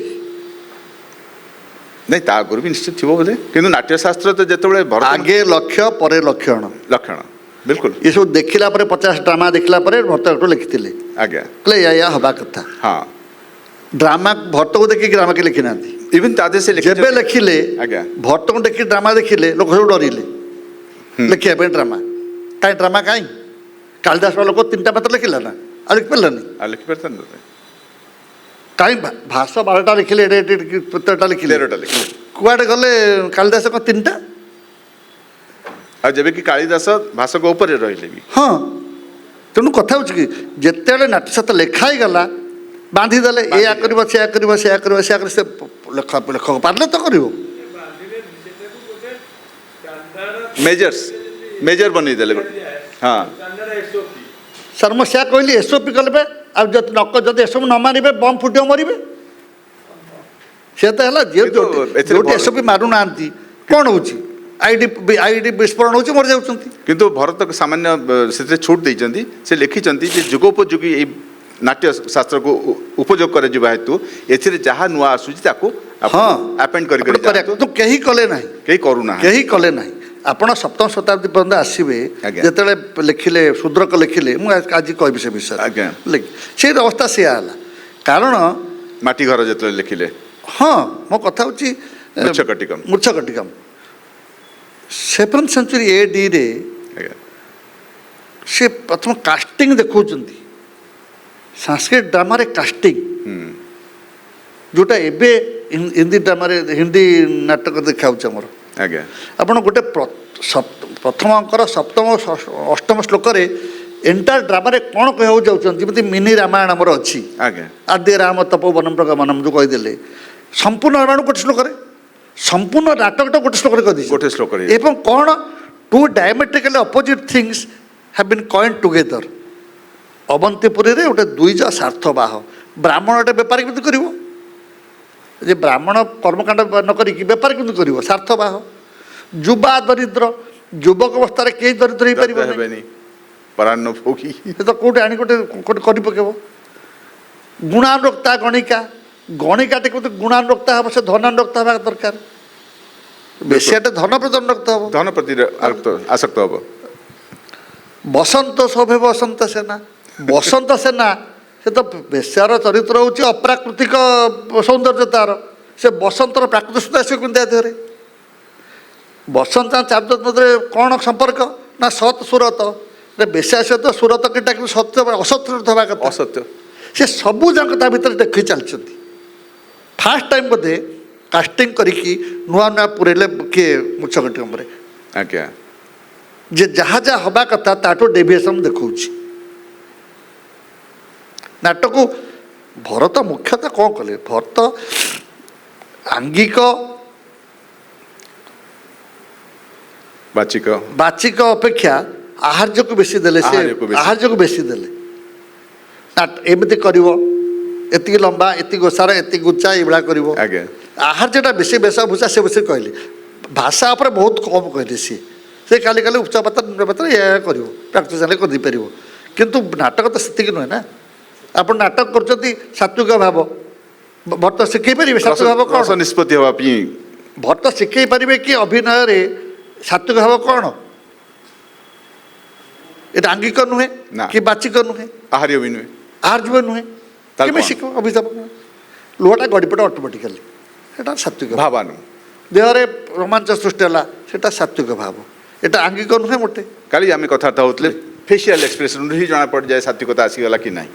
ବହୁତ କ୍ଷେତ୍ରରେ ସେଇଟା ହୁଏ, ରୋମାଞ୍ଚ ସୃଷ୍ଟି ହେବ, ସେ ଯେଉଁଟା ଅରିଜିନାଲ অরিজিনাল বাস ন্যাচুরাল রিফ্লেকশন হব সেটি। ତେଣୁ ବର୍ତ୍ତମାନ ଆମେ ସମୟକୁ ନେଇକରି ଆଗକୁ ବଢ଼ିଯିବା। ଛୋଟ ଛୋଟ ପ୍ରଶ୍ନ ଦୁଇଟି ମୁଁ ପଚାରିବି। ଆମର ବର୍ତ୍ତମାନ ସବୁଠୁ ହାଏଷ୍ଟ ଡିଗ୍ରୀ ସଂସ୍କୃତରେ କ'ଣ ରହିଛି? ଯେମିତି PhD ପରେ ବି ଆଉ କ'ଣ ଅଛି? ডিলিট ତାପରେ ডিলিট নাই, ଆଚ୍ଛା ডক্টরাল পোস্ট ডক্টরাল আর ডিলিট। ଆମେ ଏବେ କଥାବାର୍ତ୍ତା ହେଉଥିଲେ, ଆପଣ କହୁଥିଲେ ଆମ ଦେଶରେ କେତେ ସଂସ୍କୃତ ୟୁନିଭର୍ସିଟି ବା ପାଠ ପଢ଼ିବା ପାଇଁ ସୁଯୋଗ ଅଛି, ଆଉ ସଂସ୍କୃତ ବାହାରେ କେମିତି সে বিষয়ে স্যার কইবে। ଆଚ୍ଛା ଠିକ୍ ଅଛି। স্যার সে এক্সপর্ট সে বিষয়ে। ବର୍ତ୍ତମାନ ସଂସ୍କୃତର ଯେଉଁ ଭାଷା, ସେ ଭାଷାର ସ୍ଥିତି ବିଷୟରେ ବି ଆମେ ଜାଣିବା। ତା ଭିତରେ ଆମେ ଡକ୍ଟର ପ୍ରଫୁଲ୍ଲ ମିଶ୍ରଙ୍କୁ ଆମେ ଆହ୍ୱାନ କରିବା ମଞ୍ଚ ଉପରକୁ। ବର୍ତ୍ତମାନ ମୁଁ ସାର୍ ପ୍ରଫୁଲ୍ଲ ମାନଙ୍କୁ ଆହ୍ୱାନ କରୁଛି, ମୁଁ ରିକ୍ୱେଷ୍ଟ କରିବି ସେ ବର୍ତ୍ତମାନ ମଞ୍ଚ ଉପରକୁ ଆସିବେ। সেটা স্যার কইবে সেটা।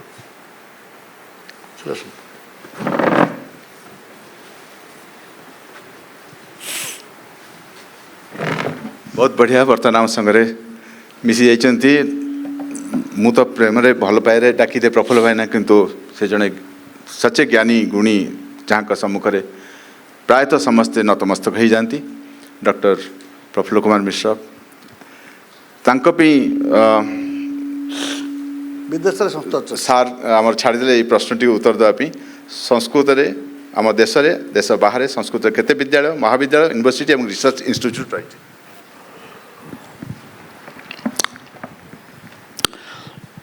जयतु भारतम जयतु संस्कृतम वंदे मातरम।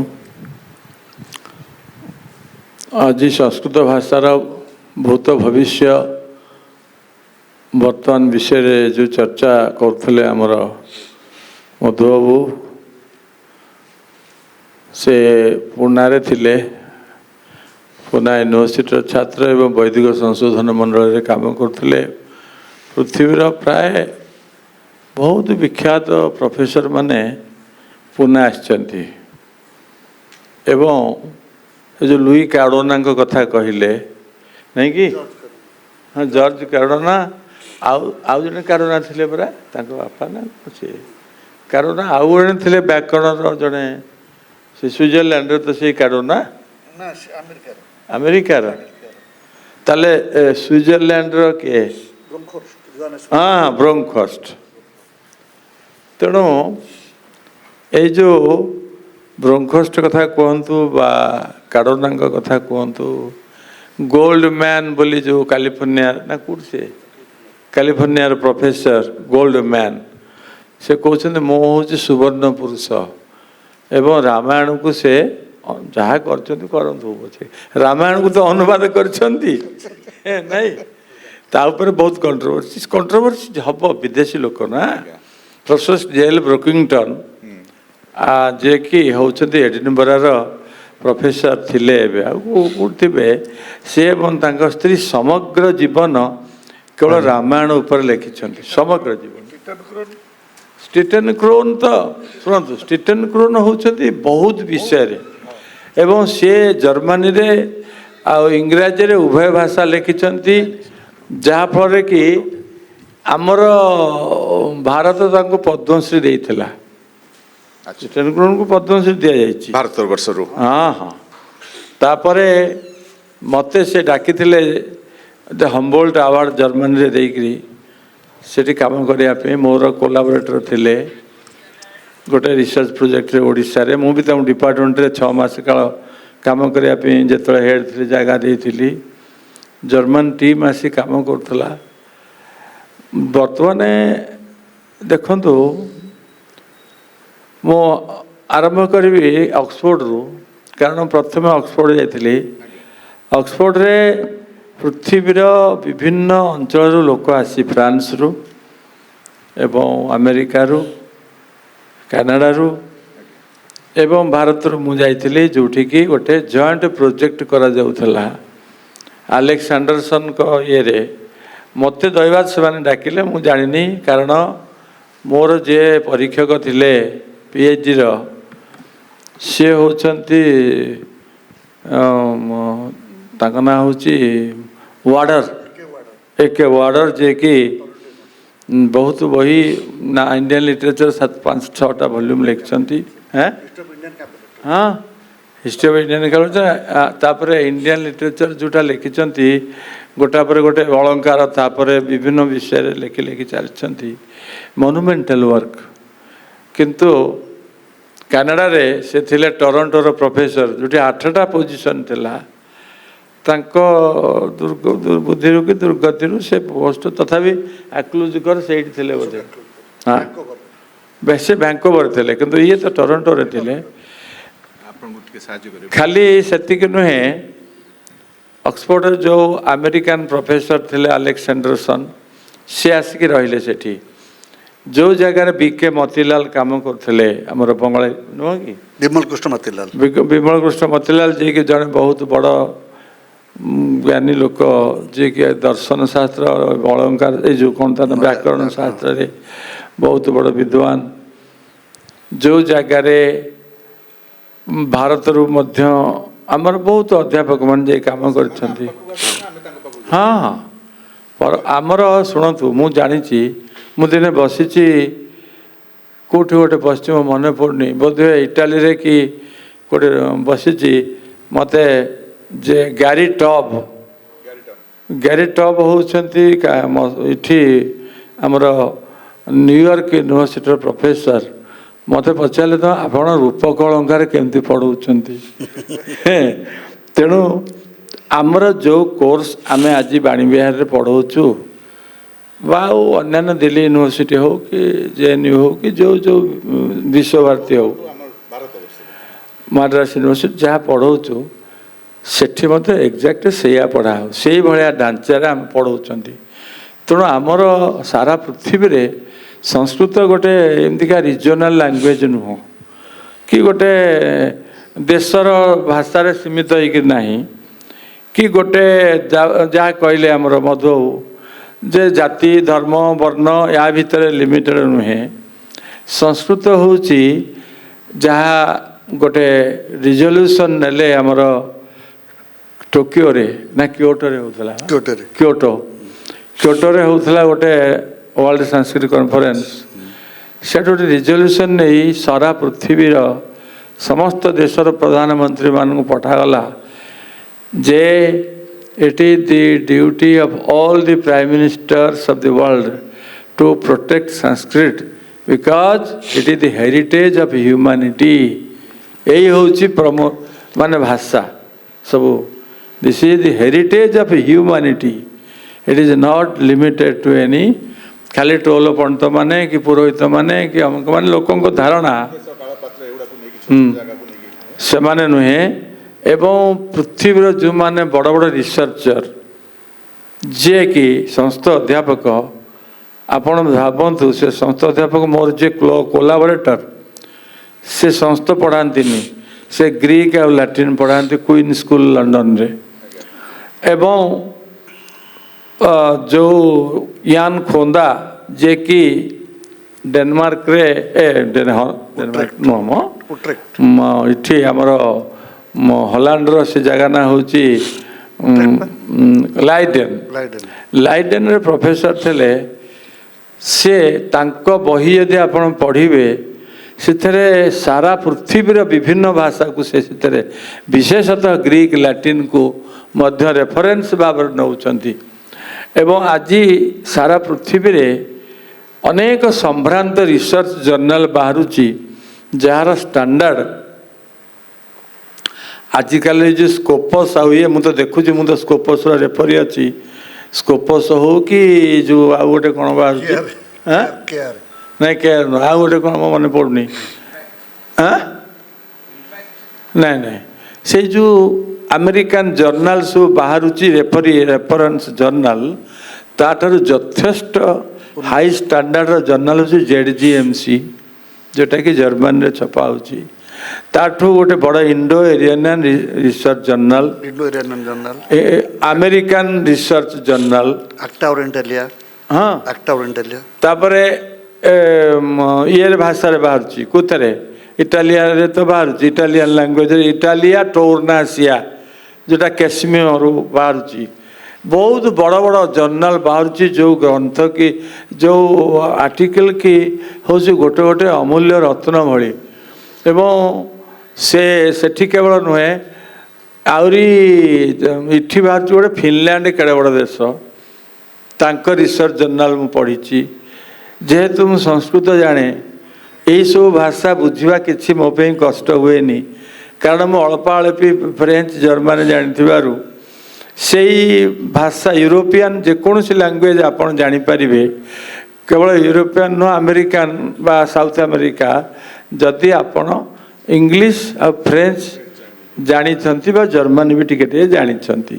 ତେଣୁ ସେଇ ଦୃଷ୍ଟିରୁ ମୁଁ ଦେଖିଲି ଏତେ ରିସର୍ଚ୍ଚ ଜର୍ନାଲ ଆଗରୁ ଆମର ଉତ୍କଳ ୟୁନିଭର୍ସିଟିକି ଆସୁଥିଲା, ଆଜିକାଲି ଆଉ ଆସୁନି। ମୁଁ ବରୋଦାରେ ବି ଦେଖିଛି ଶହ ଶହ ରିସର୍ଚ୍ଚ ଜର୍ନାଲ ଭାରତ ବାହାରେ ଛପା ହେଉଛି। ଭାରତରେ ଆମର ଛପାକଳ ଆସିଯିବାରୁ ତାର ବହୁ ଅପବ୍ୟୟ ହେଉଛି ରିସର୍ଚ୍ଚ ଜର୍ନାଲର, ବହୁତ ମାନେ ସେ ଛାଡ଼ନ୍ତୁ ସେ ବିଷୟରେ। କିନ୍ତୁ ସେଠି ସେ ଦେଶରେ ଯେଉଁମାନେ ଆର୍ଟିକଲ ସବୁ ରିଭ୍ୟୁ କରୁଛନ୍ତି, ମୁଁ ସେ ରିଭ୍ୟୁ ମାନଙ୍କ ସହିତ ଦେଖିଛି, ସେମାନେ ରିଭ୍ୟୁ କଲାବେଳେ ମୋତେ ପଚାରିଛନ୍ତି ରୁଷିଆରେ ହେଉଛନ୍ତି 1000 ଶିକ୍ଷକ, ସମସ୍ତ ପ୍ରଫେସରଙ୍କ ସଂଖ୍ୟା 1000। କହିବାର କଥା ହେଉଛି ରୁଷ ଲୋକମାନେ ମନେ କରନ୍ତି ଯେ ସଂସ୍କୃତ ହେଉଛି ଆମର ପୂର୍ବତନ ଭାଷା ତାଙ୍କର, ଏବଂ ବହୁତ ହିନ୍ଦୁ ହେଉଛି ତାଙ୍କର ପୂର୍ବତନ ଧର୍ମ, ଯେଉଁଟାକି ମୋତେ କହିଲେ ଆପଣ ପ୍ରେସ୍ କନଫରେନ୍ସରେ କହିଲେ ଆପଣ କାହିଁ କହୁନାହାନ୍ତି ରଷିଆର ଧର୍ମ ହିନ୍ଦୁ ଧର୍ମ ଥିଲା ବୋଲି। ମୁଁ କହିଲି ମୁଁ କ'ଣ ପ୍ରମାଣ ପାଇଲି? ମୋତେ ସାଙ୍ଗେ ସାଙ୍ଗେ ଗୋଟେ ଆଣିକି ଦେଲେ ପେଣ୍ଟିଂ, ଅସ୍ତ୍ରାଖାନର ପେଣ୍ଟିଂ ଦେଲେ ଯେ ରାଧାକୃଷ୍ଣଙ୍କୁ ପୂଜା କରୁଛନ୍ତି, ରାମକୃଷ୍ଣଙ୍କୁ। ସେ ଲୋକମାନେ ରଷିଆ ଲୋକମାନେ ଏମିତି ପକେଇଛନ୍ତି ଦୋସଡ଼ା ସିଏ ପକେଇ ସବୁ ପିନ୍ଧିକି ତାଙ୍କ ସୁଲଭ ପୋଷାକ ପିନ୍ଧି ସେଠି ପୂଜା କରୁଛନ୍ତି, ଦୀପ ଦେଉଛନ୍ତି। ଆଚ୍ଛା, ଏଇଟା ଗୋଟେ 17th ସେଞ୍ଚୁରୀର ଗୋଟେ ଜାଗାରୁ ଖୋଳା ହେଇକିରି ବାହାରିଛି, ଏସ୍କାଭେଟ୍ ହେଇଛି। ତେଣୁ ଏଥିରୁ ଜଣାପଡ଼ୁଛି ଯେ ତାପରେ ବର୍ତ୍ତମାନ ଜର୍ମାନୀର ଯେଉଁ ଗବେଷଣାର ଯେଉଁ ବୈଶିଷ୍ଟ୍ୟ ଥିଲା, ଜର୍ମାନୀର ବହୁତ ୟୁନିଭର୍ସିଟିରେ ସଂସ୍କୃତ ପଢ଼ାଯାଉଥିଲା। ଏବଂ ମୁଁ ମୋ ଦୈବ ଯୋଗକୁ ମୁଁ ଯୋଡ଼ିଏ ୟୁନିଭର୍ସିଟିରେ ବସିକରି କେତେ ଗୁଡ଼ିଏ କାମ କରିବାର ସୁଯୋଗ ଲାଭ କରିଛି, ଟ୍ୟୁବିଙ୍ଗେନରେ ଏବଂ ହାଇଡେଲବର୍ଗରେ। ଯେଉଁ ହାଇଡେଲବର୍ଗ ଗ୍ରୁପ ଆସିକରି ଆମର ଏଠି ଓଡ଼ିଶାରେ ଜଗନ୍ନାଥଙ୍କ ଉପରେ ଗବେଷଣା କରୁଥିଲେ, ହରମାନ କୁଲକେ ଆଉ ଷ୍ଟିଟେନ୍ କ୍ରୋନ୍, ଆଇକ୍ସ ମ୍ୟାନ୍, ଏମିତି ଇତ୍ୟାଦି ଇତ୍ୟାଦି ସମସ୍ତେ ଆସିଥିଲେ। ଫେବର ନା କ'ଣ ଆନ୍ଥ୍ରୋପୋଲୋଜିଷ୍ଟ, ଯେଉଁମାନେ ଆନ୍ଥ୍ରୋପୋଲୋଜିଷ୍ଟ ଭାବୁଛନ୍ତି ସେମାନେ ମଧ୍ୟ ସଂସ୍କୃତରେ ତାଙ୍କର ବେସିକ୍ ଡିଗ୍ରୀ ଅଛି, MA PhD ସବୁ ଅଛି। ଇଭିନ୍ ୟାଙ୍କର ଷ୍ଟିଟେନ୍ କ୍ରୋନ୍ ନୁହନ୍ତି, ଆମର ଷ୍ଟିଟେନ୍ ସମସ୍ତ ସ୍କଲାର। ଆମର Hermann Kulke is also MA PhD in Sanskrit. Sanskrit ନ ପଢ଼ିକିରି ସେ ରିସର୍ଚ୍ଚ। ତାପରେ ତାଙ୍କ ଦେଶରେ ଏମିତି କାମ ଚଳା ମୁଁ ଜର୍ମାନୀରେ ଦେଖିନି। ଏବଂ ଜର୍ମାନୀରେ ଯେଉଁ ପ୍ରଫେସର ଷ୍ଟିଟେନ୍ କ୍ରୋନ୍, ରିଟାୟାରମେଣ୍ଟ ତାଙ୍କର ନାହିଁ, ଯଦିଓ ଚାକିରି ସରିଗଲା ତାଙ୍କର, ସେମାନେ ତାଙ୍କର ଯେତେ ବର୍ଷ ଚାହିଁବେ ସେତେ ବର୍ଷ ପଢ଼ି ଚାଲିବେ। ହାର୍ଭାର୍ଡ଼ରେ आमर जो एंगल्स कथा कहले सी तो केड़े बड़ स्कॉलर कथा छाड़तु तांको रूम को तांको सीट को फिलअप करिया केही नांती बोली से डिक्लेयर कले nobody can replace professor Engels आ से भली बही सब मेसन पटवर्धन एंड एंगल्स दुनिया लोक हाँ तापर केते केते सब से माने तार कौन सी सीमा नहीं सारा पृथ्वी रे आपण जेकोसी संस्कृत डिपार्टमेंट को जीवे आपन लागबनी जे आपण मते लागे मु सेही बाणी बिहार रे बसछि सेही पिला रशियन पिला को पढ़ेछि रशियन पिला को मु पढ़ौछि मु जानुनी जे मु बाणी बिहार पिला को पढ़ौछि कि रशियन पिला को पढ़ौछि तार कारण होछि कोन एठी मस्को यूनिवर्सिटी भी जाइछि मस्को रे मते से पिला माने खाली संस्कृत कविता बोलिया पे कहले हां एलेक्स भिगासिन थिले सेठी तापर आउ जने प्रोफेसर थिले से जो न्याय शास्त्र पर काम करथिले तांकर संदेह सब मते पचारिले जहा सब हैला कथा होची कोन कि जोठी जोठी संस्कृत अच्छी पृथ्वी रे मु गोटे बही छोट बहीटे लिखी भारत बाहर संस्कृत और संस्कृति मुझे लिखा चाहे जे जोठी संस्कृत अच्छी से भारत अच्छी बिल्कुल बहुत बड़ कथा कारण दिने मु बसी ट्यूबिंग रे से झील मैंने कथबार्ता होती अरे से अमुक अध्यापक गोटे छाड़पत्र देदेला कारण जो देश में लुगा बदलला भाया स्वामी स्त्री बदलुंट से जड़े संस्कृत प्रोफेसर केमती छाड़पत्र दब ये कथाटा हूँ गोटे आश्चर्य कथा रुषिया जो घोड़ा मांस खाई बंचती जो जगह अच्छी ये से जगार जो मैंने संस्कृत मो पाखे पढ़िया को आसुले समस्ते निरामिषासी निरामिषासी सेठी चैतन्य चरितामृत जड़े भद्र महिला तांकर खाइबा को नहीं से चैतन्य चरितामृत हजार छापिकी बांटुंट एवं मत जबरदस्ती मुझे रशिया लिखाई मुझे कौन ना आप ना मुझे खराब भावी मुझे आणिक आम डिपार्टमेंट रे जो एकाडेमी ऑफ साइंस रे देदेली सेठी केवल एकाडेमी ऑफ साइंस रिसर्च होनी मस्को यूनिवर्सिटी इते पिला पढ़ुंट लैंग्वेज डिपार्टमेंट शह शह पिला शह शह एवं वीएनआर जो मो पाखक आसी अध्यापिका प्रोफेसर ताका ना हूँ करिन प्रेसिडेंस जो बहुत बड़ पोजिशन रे अच्छी वीएनआर जो चेयरटा बहुत इम्पोर्टाट चेयर से तुम के डिपार्टमेंट पिला कहला आमर 128 पिला 64 एवं एमफिल 10-12 पिला पीएचडी कहला मोर 198 पिला वीएनआर संस्था पढ़ुंट तेणु कहबार कथा हूँ जे माने संस्कृत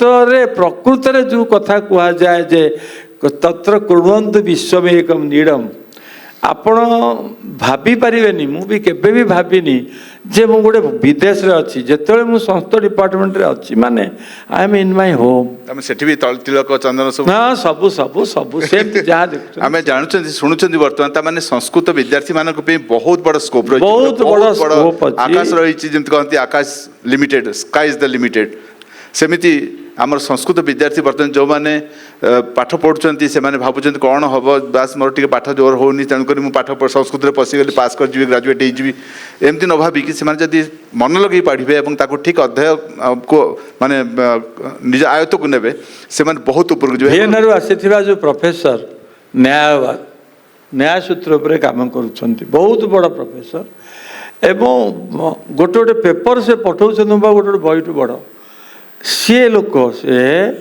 सी एवं हुबेन आउ जड़े अध्यापक मिसिकी 3 जन से माने बहुत अध्ययन करुछंती हॉलैंड इठार ऑस्ट्रिया आउ गोटे कोठार से माने आयुर्वेद उपरे एते काम करुछंती गवेषणा करुछंती रसायन शास्त्र उपरे हमर हुबेन गोटे बही एडिट करछंती मु कहिवार उद्देश्य होउछि जे संस्कृत को से माने जेते गभीर धरातलू अध्ययन करुछंती आम देश रे आमे कौन कि आमे भावुचे जे आमे अति सहज रे पाई जाइछे भाषाटा बुझी जाउछु जेकोसी लोक को आमे शिखै दउछु अल्प परिश्रम रे से मते जने ज्ञानी बोली गोटे टोका अच्छी इटाली रोम रो तुम देखछ ताकू हाँ से आसी कहला कहला मत हिंदी रे अति खांटी हिंदी रे कहता है मत कहला सार देखिए ये सारे बनारस में गंगा के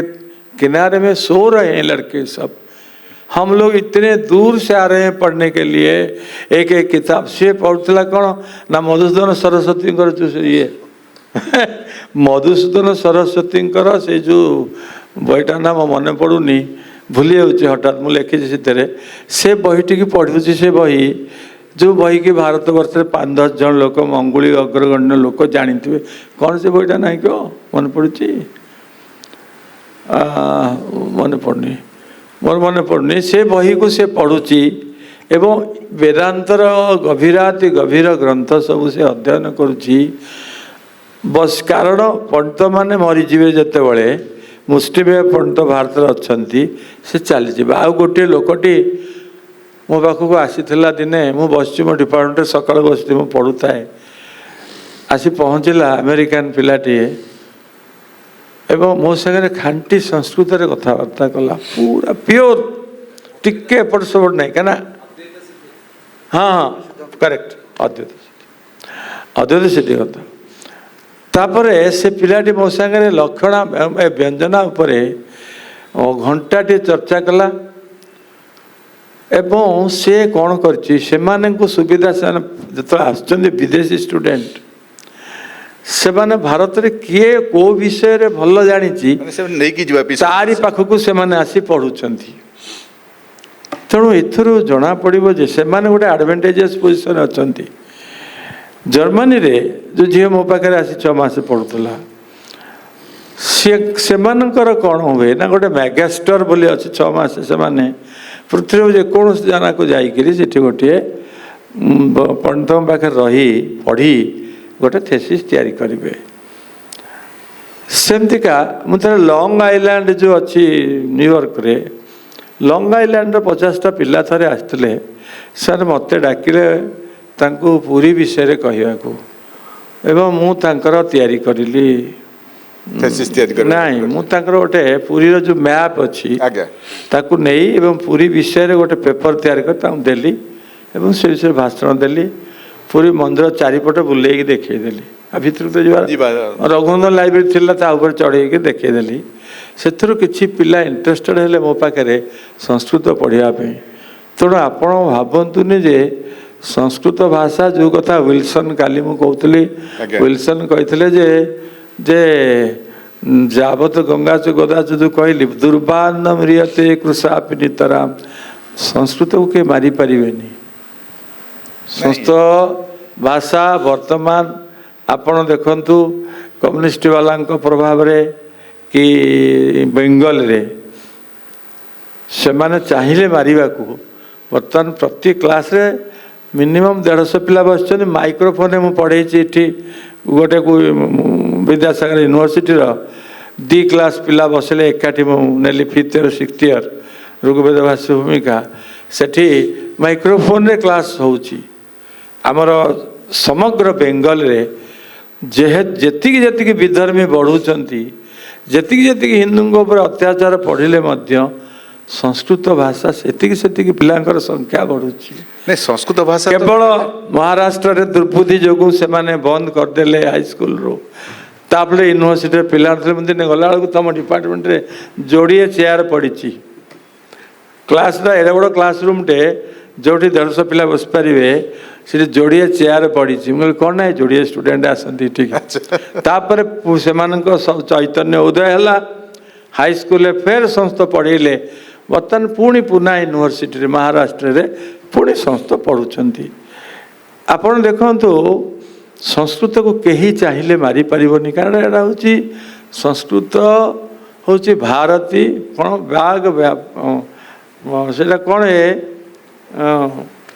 ये हूँ ग्रीवाग वाणी सरस्वती ब्राह्मी तु भारती भाषा ये हूँ ब्राह्मी ये भारती ग्रीवाग वाणी सरस्वती यार अंत ना सरबनी आपण बंद करदे कॉलेज फॉलेज स्कूल गुड़ाक जो कहते समस्त कहीं पढ़े बर्तमान IIT रे पढ़ुंट IIM रे पढ़ुंट तेणु एबे वर्तमान गोटे समय आसी जो नुआ एजुकेशन पॉलिसी रे संस्कृत वर्तमान आम ओडिशा रे स्टैंडर्ड 2 ରୁ ଆରମ୍ଭ ହେବ, ଷ୍ଟାଣ୍ଡାର୍ଡ 6 ବହୁତ ପଢ଼ାଯିବ ଏବଂ ପ୍ରତିଦିନ ସ୍କୁଲରେ ଯୋଡ଼ିଏ ଯୋଡ଼ିଏ ଗୀତାର ଶ୍ଲୋକ ବୋଲାଯିବ ପ୍ରାର୍ଥନାରେ।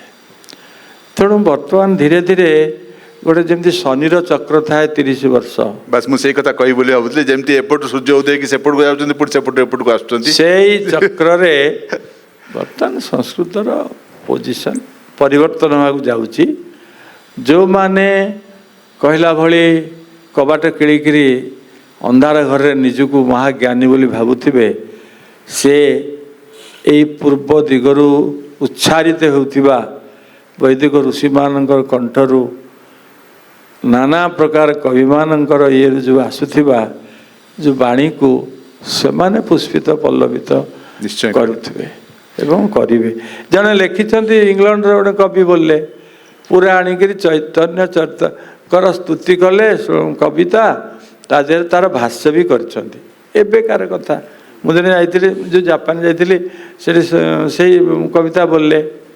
ଆପଣ ଭାବନ୍ତୁନି ଯେ କବି ସମ୍ମିଳନୀ ଯେଉଁ ହେଉଛି ଏଣିକି ଏଣିକି ବିଦେଶୀ ଲୋକ ବି ସମସ୍ତ କବିତା ବୋଲିଲେଣି। ତାଙ୍କର ଇଣ୍ଟରେଷ୍ଟ ନଥିଲା, ତାଙ୍କର କବିତା ତ ତାଙ୍କ ଦେଶମାନଙ୍କରୁ ମରିଗଲେଣି।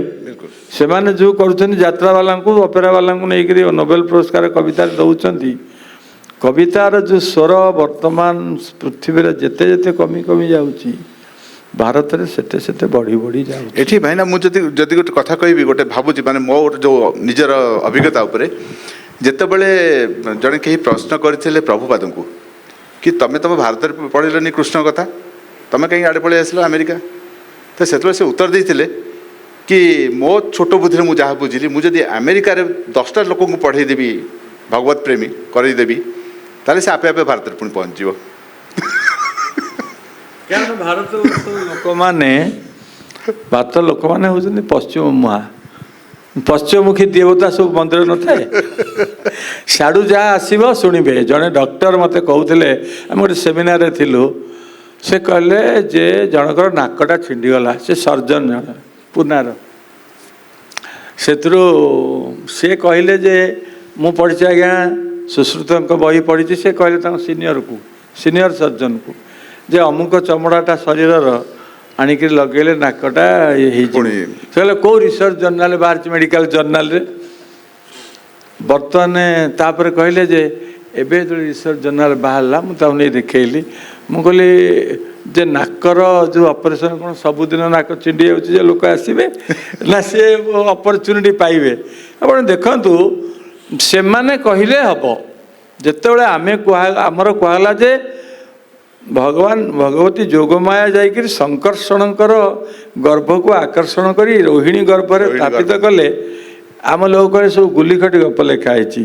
ଯେତେବେଳେ ଏବେ ସରଗଟର ମଦର ଏସବୁ ସାଇନ୍ସ ଡେଭଲପ, ଯେଉଁ କଥାଟା ଆମର ଋଷିମାନେ ହଜାର ହଜାର ବର୍ଷରୁ ଦେଖିଛନ୍ତି, ତାକୁ ଏମାନେ ସ୍ଥୂଳ ଭାବରେ ଜାଣିବା ପାଇଁ ଏମାନଙ୍କୁ କେତେ ହଜାର ବର୍ଷ ଲାଗୁଛି ଏବଂ ଆହୁରି ଲାଗିବ। ଯେପରିକି ପାର୍ବତୀ ତାଙ୍କ ଦେହରୁ ଗଣେଶ ତିଆରି କରିଦେଲେ ମଳକୁଟରୁ, ଅର୍ଥାତ୍ ସେଇ ଯେଉଁ ତାଙ୍କ ଟିସ୍ୟୁରୁ ଯେଉଁ କଲଚର କରିକିରି ଯେଉଁ କ୍ଲୋନିଂ କରି ଯେମିତି ତିଆରି କରାଯାଉଛି, ଯେମିତି କରିଦେଲେ। ଦେଖନ୍ତୁ ଆଜିର ଯେଉଁ ସାଇଣ୍ଟିଷ୍ଟ ମାନେ ଜେନୋମ୍ ଉପରେ ରିସର୍ଚ୍ଚ କରୁଥିବା ଲୋକମାନେ ୟାକୁ ତ କିଛି ଭାବୁନାହାନ୍ତି ଆଉ ଯେ ଏଇଟା ଗୋଟେ କିଛି ଅଲୌକ କଥା ବୋଲି। ପାର୍ବତୀ କରିଦେଉଛନ୍ତି, ଆରେ ଆମେ କରିଛୁ। ତେଣୁ ପୁରାଣରେ ଯେଉଁ ସବୁ କଥା ଅଛି, ବହୁତ କଥା ଅଛି ପୁରାଣରେ, ଯେଉଁ କଥା କି ହେଉଛି ସବୁଠୁ ଅତ୍ୟାଧୁନିକ ଜ୍ଞାନ ବୋଲି କୁହାଯାଇପାରେ। ଏତେ କଥା ଅଛି, ଯେତେବେଳେ ଆଜିକାଲି ଯେତେବେଳେ ଇଣ୍ଡିଆନ୍ ନଲେଜ ସିଷ୍ଟମ୍ ପଢ଼ା ହେଉଛି, ସେତେବେଳେ ଆମେ ଜାଣୁଛେ ଯେଉଁ କାଲକୁଲେସନ୍ ବା ଯେଉଁ ମ୍ୟାଥମେଟିକାଲ ଇଏ ଯେତେ ଯେତେ ଜ୍ଞାନର ପରମ୍ପରା ବଢ଼ୁଛି, ଆକ୍ଚୁଆଲି ଇଏ ଅସରନ୍ତି ଭଣ୍ଡାର, ପୁରା ସମ୍ପୂର୍ଣ୍ଣ ଅସରନ୍ତି ଭଣ୍ଡାର। କାହିଁକିନା ତେଣୁ ସମଗ୍ର ପୃଥିବୀରେ ୟାର ଆଦର ଦିନକୁ ଦିନ ବଢ଼ୁ ହେଇସାରିଲାଣି ଆଉ ହେଉଛି, ବଢ଼ି ବଢ଼ି ଯାଉଛି ଡେଲି। କାହିଁକିନା ସେଇ କଥା ବି ମୁଁ ସେଠାରୁ ଭାବିଥିଲି କି ଏଇ ଯେଉଁ ଜ୍ଞାନ ଯେତେବେଳେ ଏପଟରୁ ଯାଇକି ସେପଟରେ ପହଞ୍ଚିଲା ପରେ ସେମାନେ ପୁଣି ଟ୍ୟାବଲେଟ୍ ବନେଇକି ଦେଲେ, ଆମେ ତାକୁ ଖାଇକି ବହୁତ ଖୁସି ହେବା ଆଉ ସେଇଟାକୁ କହିବା ଯେ ସେଇଟା ହିଁ ପ୍ରକୃତ ସତ୍ୟ। କିନ୍ତୁ ଆମେ ବର୍ତ୍ତମାନ ତ ସମୟ ଅତିକ୍ରାନ୍ତ।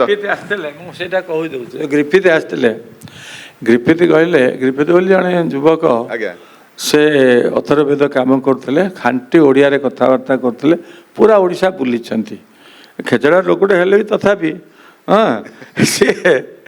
ସିଏ କହିଲା ସାର୍ ଆପଣଙ୍କର ଏଠି ଲୋକମାନେ ସଂସ୍କୃତକୁ ଏତେ ଅବହେଳା କରୁଛନ୍ତି, ସମୟ ଆସିବ ସେମାନେ ସବୁ ଲକ୍ଷ ଲକ୍ଷ ଡଲାର ଖର୍ଚ୍ଚ କରି ବାହାରକୁ ଯାଇକିରି ବିଦେଶରେ ସଂସ୍କୃତ ପଢ଼ିକିରି ଆସିବେ। This is his final word to me. ଆପଣ ଦେଖନ୍ତୁ ବହୁତ ଦୂରକୁ ଯିବାନି, ଭାରତ ପ୍ରତି ତ ସମସ୍ତେ ଆକର୍ଷିତ। ଛୋଟିଆ ଉଦାହରଣଟା ଆମ ସାମ୍ନାରେ ଅଛନ୍ତି, ସିଏ ଆପଣ ସମସ୍ତେ ଜାଣିଛନ୍ତି, ଏଲିଆନା ସିତାରିଷ୍ଟ, ଯିଏକି ଇଟାଲୀର ମଣିଷ, ଆଉ ସିଏ ନିଶା ଦ୍ରବ୍ୟ ଖାଇକି ବୁଲୁଥିଲେ, କିନ୍ତୁ ତାକୁ ଓଡ଼ିଶାରେ କ'ଣ ଭଲ ଲାଗିଲା, ସିଏ ରହିଗଲେ ଏବଂ କେଳୁଚରଣ ମହାପାତ୍ରଙ୍କର ଶିଷ୍ୟତ୍ୱ ଗ୍ରହଣ କରିକିରି ବର୍ତ୍ତମାନ ସେ ପଦ୍ମଶ୍ରୀ ପଦ୍ମବିଭୂଷଣ ଇତ୍ୟାଦି ଇତ୍ୟାଦି ଆୱାର୍ଡ଼ ସହ ଆର୍ଟ ଭିଜନ ୟେସ୍ ତେଣୁ କେତେ କେତେ ବଡ଼ ଉପାଧି ପାଇସାରିକି ସିଏ ଆମ ଓଡ଼ିଶାର ଓଡ଼ିଶୀକୁ ନେଇ କୋଷ୍ଟ ଲେଭେଲ ବି ପହଞ୍ଚି ଦେଇଛନ୍ତି। ଛଉ ତେଣୁ ଆମର ଇଏ ଓଡ଼ିଶା ମାଟି ହେଉଛି ସାଧନା।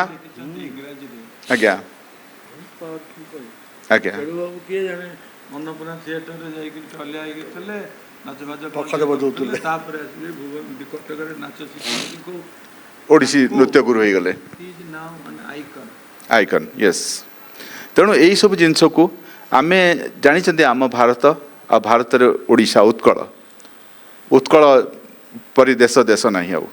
ତେଣୁ ଆମେ ବର୍ତ୍ତମାନ ସମୟ ଆସିଯାଇଛି, କିନ୍ତୁ କାଲି ଯେହେତୁ ଆଜି ଯେହେତୁ ଉଦ୍ଯାପନୀ ସନ୍ଧ୍ୟା ମନ କହୁନି, କାହିଁକିନା ମୁଁ ଚାହୁଁଥିଲି ଆହୁରି ଦୁହିଁବି ଦୁଗ୍ଧ ଗୋପାଳ ନନ୍ଦନ, କିନ୍ତୁ ସମୟ ଆମକୁ ରୋକୁଛି। ବର୍ତ୍ତମାନ ମୁଁ ଅନୁରୋଧ କରିବି ଆମର ଭଲେଣ୍ଟିୟର ମାନଙ୍କୁ, ଭଲେଣ୍ଟିୟର୍ସ ପ୍ଲିଜ୍ ଯାଇକରି ଆମର ମଧୁ ସାର୍ଙ୍କୁ ସମ୍ମାନିତ କରିବା ପ୍ରଫୁଲ୍ଲ ଭାଇଙ୍କ ଦ୍ୱାରା। ତେଣୁ ଆଉ ଛୋଟିଆ ପ୍ରଶ୍ନଟେ ଦୁଇ ଜଣଙ୍କ ପାଇଁ କି ବର୍ତ୍ତମାନ ପିଲା ଆମ ପାଖରୁ କେମିତି ଆକର୍ଷିତ ହେବେ ଆଉ ପଢ଼ିବାର ଶୈଳୀ ଟିକେ କିଛି ବଦଳାଇବା ଉଚିତ କି ଦୁଇ ଜଣଙ୍କୁ? ଦେଖନ୍ତୁ, ପିଲାଙ୍କୁ ଯଦି ଆମେ ସଂସ୍କୃତର ମାହାତ୍ମ୍ୟ ସମ୍ପର୍କରେ ପିଲାଙ୍କୁ ନ ଜଣେଇବା, କାରଣ ସମାଜରେ ସଂସ୍କୃତ ବିରୋଧୀ ବାତାବରଣ ଅଛି। ଯଦିଓ ଏତେ କଥା ମୁଁ କହିଲି, ସମାଜରେ ସାଧାରଣ ଲୋକ କହୁଛନ୍ତି ଏଇଟା ମୃତ ଭାଷା, ସେଥିରେ କି ପଢ଼ିଲେ କି ଚାକିରି ମିଳିବନି। ଅଥଚ ମୁଁ ସେ ସମସ୍ତ ସାଧାରଣ ଛାତ୍ରଟିଏ, ମୁଁ ପଢ଼ିକି ବାଣୀବିହାରରେ ଅଧ୍ୟାପକ ହେଲି, ସେଥିରୁ ଭାଇସ୍ ଚାନ୍ସେଲର ହେଲି, ଡାଇରେକ୍ଟର ନ୍ୟାସନାଲ ମାନୁସ୍କ୍ରିପ୍ଟ ମିଶନ ଡାକିକିରି ମୋତେ ଜବରଦସ୍ତ ଆଜ୍ଞା ରାତି ଅଧରେ ଆସି ଜଏନ୍ କରିଆନ୍ତୁ ଦିଲ୍ଲୀରେ ଇନ୍ଦିରା ଗାନ୍ଧୀ ଯେଉଁ ଏଠି, ତାପରେ ରାଷ୍ଟ୍ରୀୟ ବେଦବିଦ୍ୟା ପ୍ରତିଷ୍ଠାନରେ ମୋତେ ରଖିଲେ ସଂସ୍କୃତ ଯୋଗୁଁ। ତ ମୁଁ ଯଦି ମୋ ସାଙ୍ଗମାନଙ୍କ ଭଳିଆ ସାଇନ୍ସ ପଢ଼ିଥାନ୍ତି, ମୁଁ ଗୋଟିଏ ଇଞ୍ଜିନିୟର ହେଇକିରି କେଉଁ କାଳୁ ଯାଇକି ନାଲକୋ ବାଲକୋ କୁଆଡ଼େ କେଉଁ ବଣ ଜଙ୍ଗଲରେ ପଢ଼ିଥାନ୍ତି। ମୁଁ ସେଇ ସମୟରେ ଅକ୍ସଫୋର୍ଡ଼ରେ କ୍ୟାମ୍ବ୍ରିଜରେ କୁଆଡ଼େ ମୁଁ କାମ କରିବାକୁ ସୁଯୋଗ ପାଇଲି, ଏଇଟା କେବଳ ସଂସ୍କୃତ ଯୋଗୁଁ ପାଇଲି। ଯେଉଁ ଲୋକମାନେ, ଏବଂ ଆପଣଙ୍କ ଗୋଚରାର୍ଥ କହୁଛି, ନିର୍ତ୍ତାର ଯେଉଁ ଅଛି ଫିଜିଓ, ସେଠି ମୁଁ ପଢ଼େଇଛି, ପୋଲିସ ଏକାଡେମୀରେ ପଢ଼େଇଛି, ପୋଲିସମାନଙ୍କ ପାଇଁ ଯେଉଁ ବିଦ୍ୟା ତାହା ବି ପଢ଼େଇଛି ପୋଲିସ ଏକାଡେମୀରେ ଏଇଠି ଓଡ଼ିଶାରେ, ଏବଂ ଫିଜିଓଥେରାପି ସେଣ୍ଟରରେ, ଏବଂ ଯୋଗରେ ମୁଁ 9ଟି ପିଲାଙ୍କୁ ଯେଉଁ ଯୋଗ ଥେରାପିରେ ପର୍ଟିକୁଲାରଲି ଗାଇଡ଼ କରିଛି। ତେଣୁ ସଂସ୍କୃତର ବହୁତ ଆୟାମ, ବହୁ ଆୟାମୀ, କାରଣ ସଂସ୍କୃତ ହେଉଛି ଗୋଟେ culture, eat is not a language subject. ଯେତେବେଳେ ଆମର ବୋଧେ କୁଳପତି ମାନେ ଆମର ସବୁ ୟୁନିଭର୍ସିଟି ଉତ୍ପାତ କରନ୍ତି, ମିଶାଇ ଦେବା ଏ ସ୍କୁଲ ଅଫ୍ ଲାଙ୍ଗୁଏଜ, ମୁଁ କହିଲି it is not a language. Sanskrit ଗୋଟେ ଭାଷା ନୁହେଁ, ସଂସ୍କୃତ ଗୋଟେ ବ୍ୟାପକ ବିଷୟ। ସଂସ୍କୃତରେ ଆମେ ଟ୍ୟାକ୍ସ ପଢ଼ିବାଠୁ ଆରମ୍ଭ କରି, ସଂସ୍କୃତରେ ମାଇନିଂ ପଢ଼ିବାଠୁ ଆରମ୍ଭ କରି, ମାଇନିଂ ଲ ଟ୍ୟାକ୍ସେସନଠୁ ପଢ଼ିବାଠୁ ଆରମ୍ଭ କରି, ବୃକ୍ଷାୟୁର୍ବେଦ। ଯେତେବେଳେ ମୁଁ କୃଷି ବିଶ୍ୱବିଦ୍ୟାଳୟର ଚାନ୍ସେଲର ଥିଲି, ସେଠି ତାଙ୍କର ଅସୁବିଧା ହେଲା, ତାଙ୍କ ଭାଇସ୍ ଚାନ୍ସେଲର ମୋତେ ଡାକିଲେ, ନୂଆ ଭାଇସ୍ ଚାନ୍ସେଲର, ଗଣ୍ଡଗୋଳ ହେଉଛି, ମୁଁ କହିଲି ଚାଲ ମୁଁ ଯାଉଛି। ମୁଁ ତାଙ୍କୁ ଡାକିଲି, ସାରା ଭାରତବର୍ଷ ସବୁ ଡାଇରେକ୍ଟରମାନେ ଆସିଥିଲେ। ସେଠି ମୁଁ ଗୋଟେ ପୋଷ୍ଟ ବେଦିକ ଏଗ୍ରିକଲଚର ଉପରେ ଗୋଟିଏ ଭାଷଣ ଦେଲି। ସେମାନେ ସ୍ତବ୍ଧ ହେଇକରି ଶୁଣିଲେ 1.5 ଘଣ୍ଟା।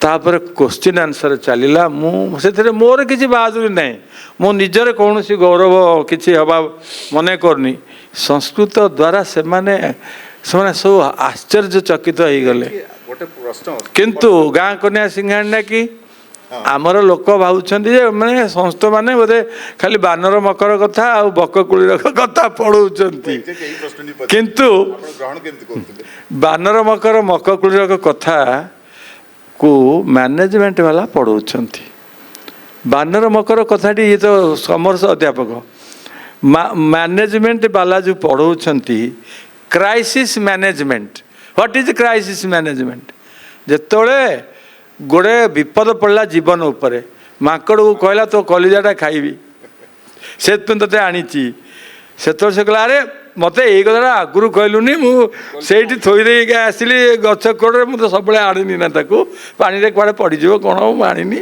चल चल जल्दी चल दिस इज क्राइसिस मैनेजमेंट उपस्थित बुद्धि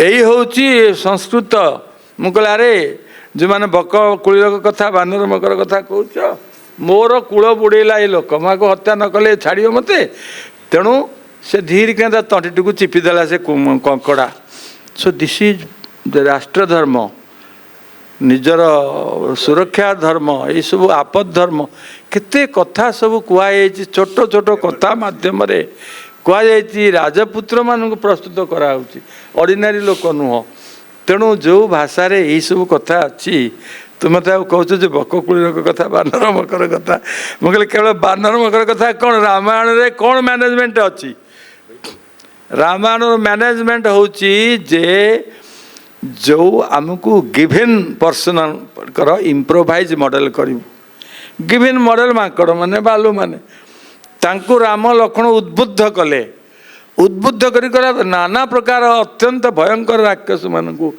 दिस इज कॉल्ड मैनेजमेंट तुम जो इम्प्रोवाइज मॉडल तैयारी करो जहाँ मिलला जोठी जो रॉ मटेरियल मिलला ताकू केमती का यूटिलाइज कर so many things are there management रो तेणु मैनेजमेंट को आजिकल जो बड़ कथा कहूँ मैनेजमेंट भी केमती का अच्छी रामायण रे सब इंजीनियरिंग देखो तू सेतु बंद बना हला सर कहतु आपण गणित करतु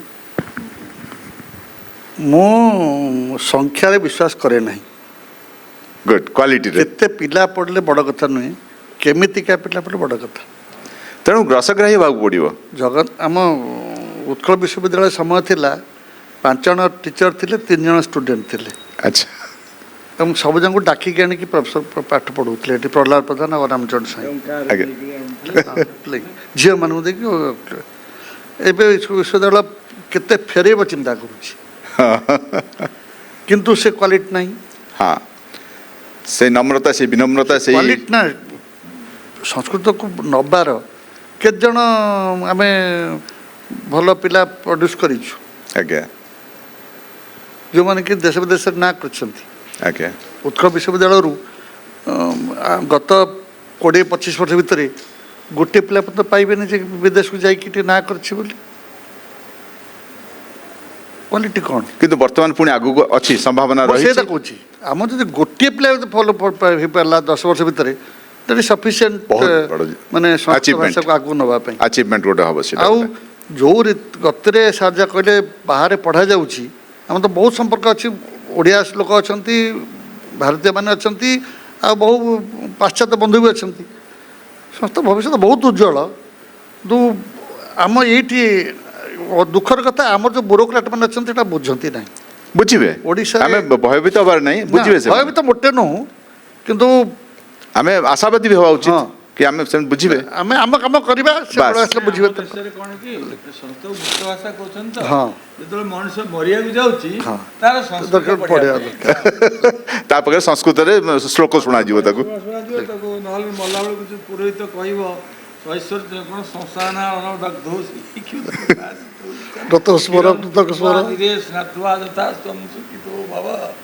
क्षीर नीर दि सब तो संस्था दिज्व आउ से कौन ओडिया बुझे तेलुगु कि बुझे केवल संस्कृत गोटे कथा मुझे संस्था पिला भल इंग्राजी आने आवश्यकता अच्छी कारण जिते बाहर काम हो जो 90% इंग्राजी होଉଛି ଆଉ ଫଣ୍ଡାମେଣ୍ଟାଲ ରିସର୍ଚ୍ଚ ହେଉଛି ଆଜ୍ଞା ତାକୁ କାରଣ ସେମାନେ ସେଇ ମାଧ୍ୟମଟା ଧରିଛନ୍ତି ତାକୁ ପ୍ରକାଶ କରିବା ପାଇଁ ନାଇଁ ଆମର ଏଇ ଦୁନିଆ ଲୋକର ଯୋଉ best best tradition best book MS ପଟ୍ଟବର୍ଦ୍ଧନଙ୍କର ଆମର କୃଷ୍ଣମୂର୍ତ୍ତି ହଁ କେ କୃଷ୍ଣମୂର୍ତ୍ତି ଆଉ ଡାନିଏଲ ଏଙ୍ଗେଲ ଏଙ୍ଗଲ୍ସ ଏବଂ ଆମର ମଧ୍ୟ ସମସ୍ତେ ଯେଉଁ ପିଲା ପଢ଼ୁଛନ୍ତି ସେମାନେ ଅଛନ୍ତି ହଁ। ଇଂଲିଶ ଭଲ ନୁହେଁ ବର୍ତ୍ତମାନ ସମୟ ଆସିଛି ଆମେ ଆଜି ସଭାକୁ ଏଇଠି ସଂଗ କରିବା ଏବଂ ରିକ୍ୱେଷ୍ଟ କରିବି ଆମର ଭଲେଣ୍ଟିୟର୍ସକୁ ଆମର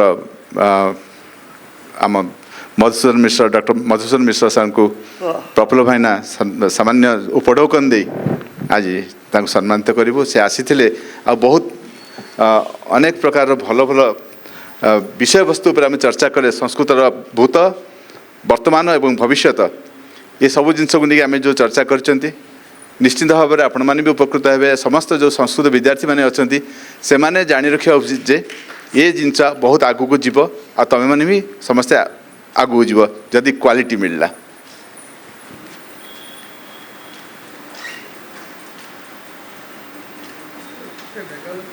थैंक यू वेरी मच बर्तमान सभा ये सांग करवा सामान्य चा विरति ଆମେ ଦୁଇ ଜଣଙ୍କ ସମାନ ହେଇକର ତ आसनु जीवा सब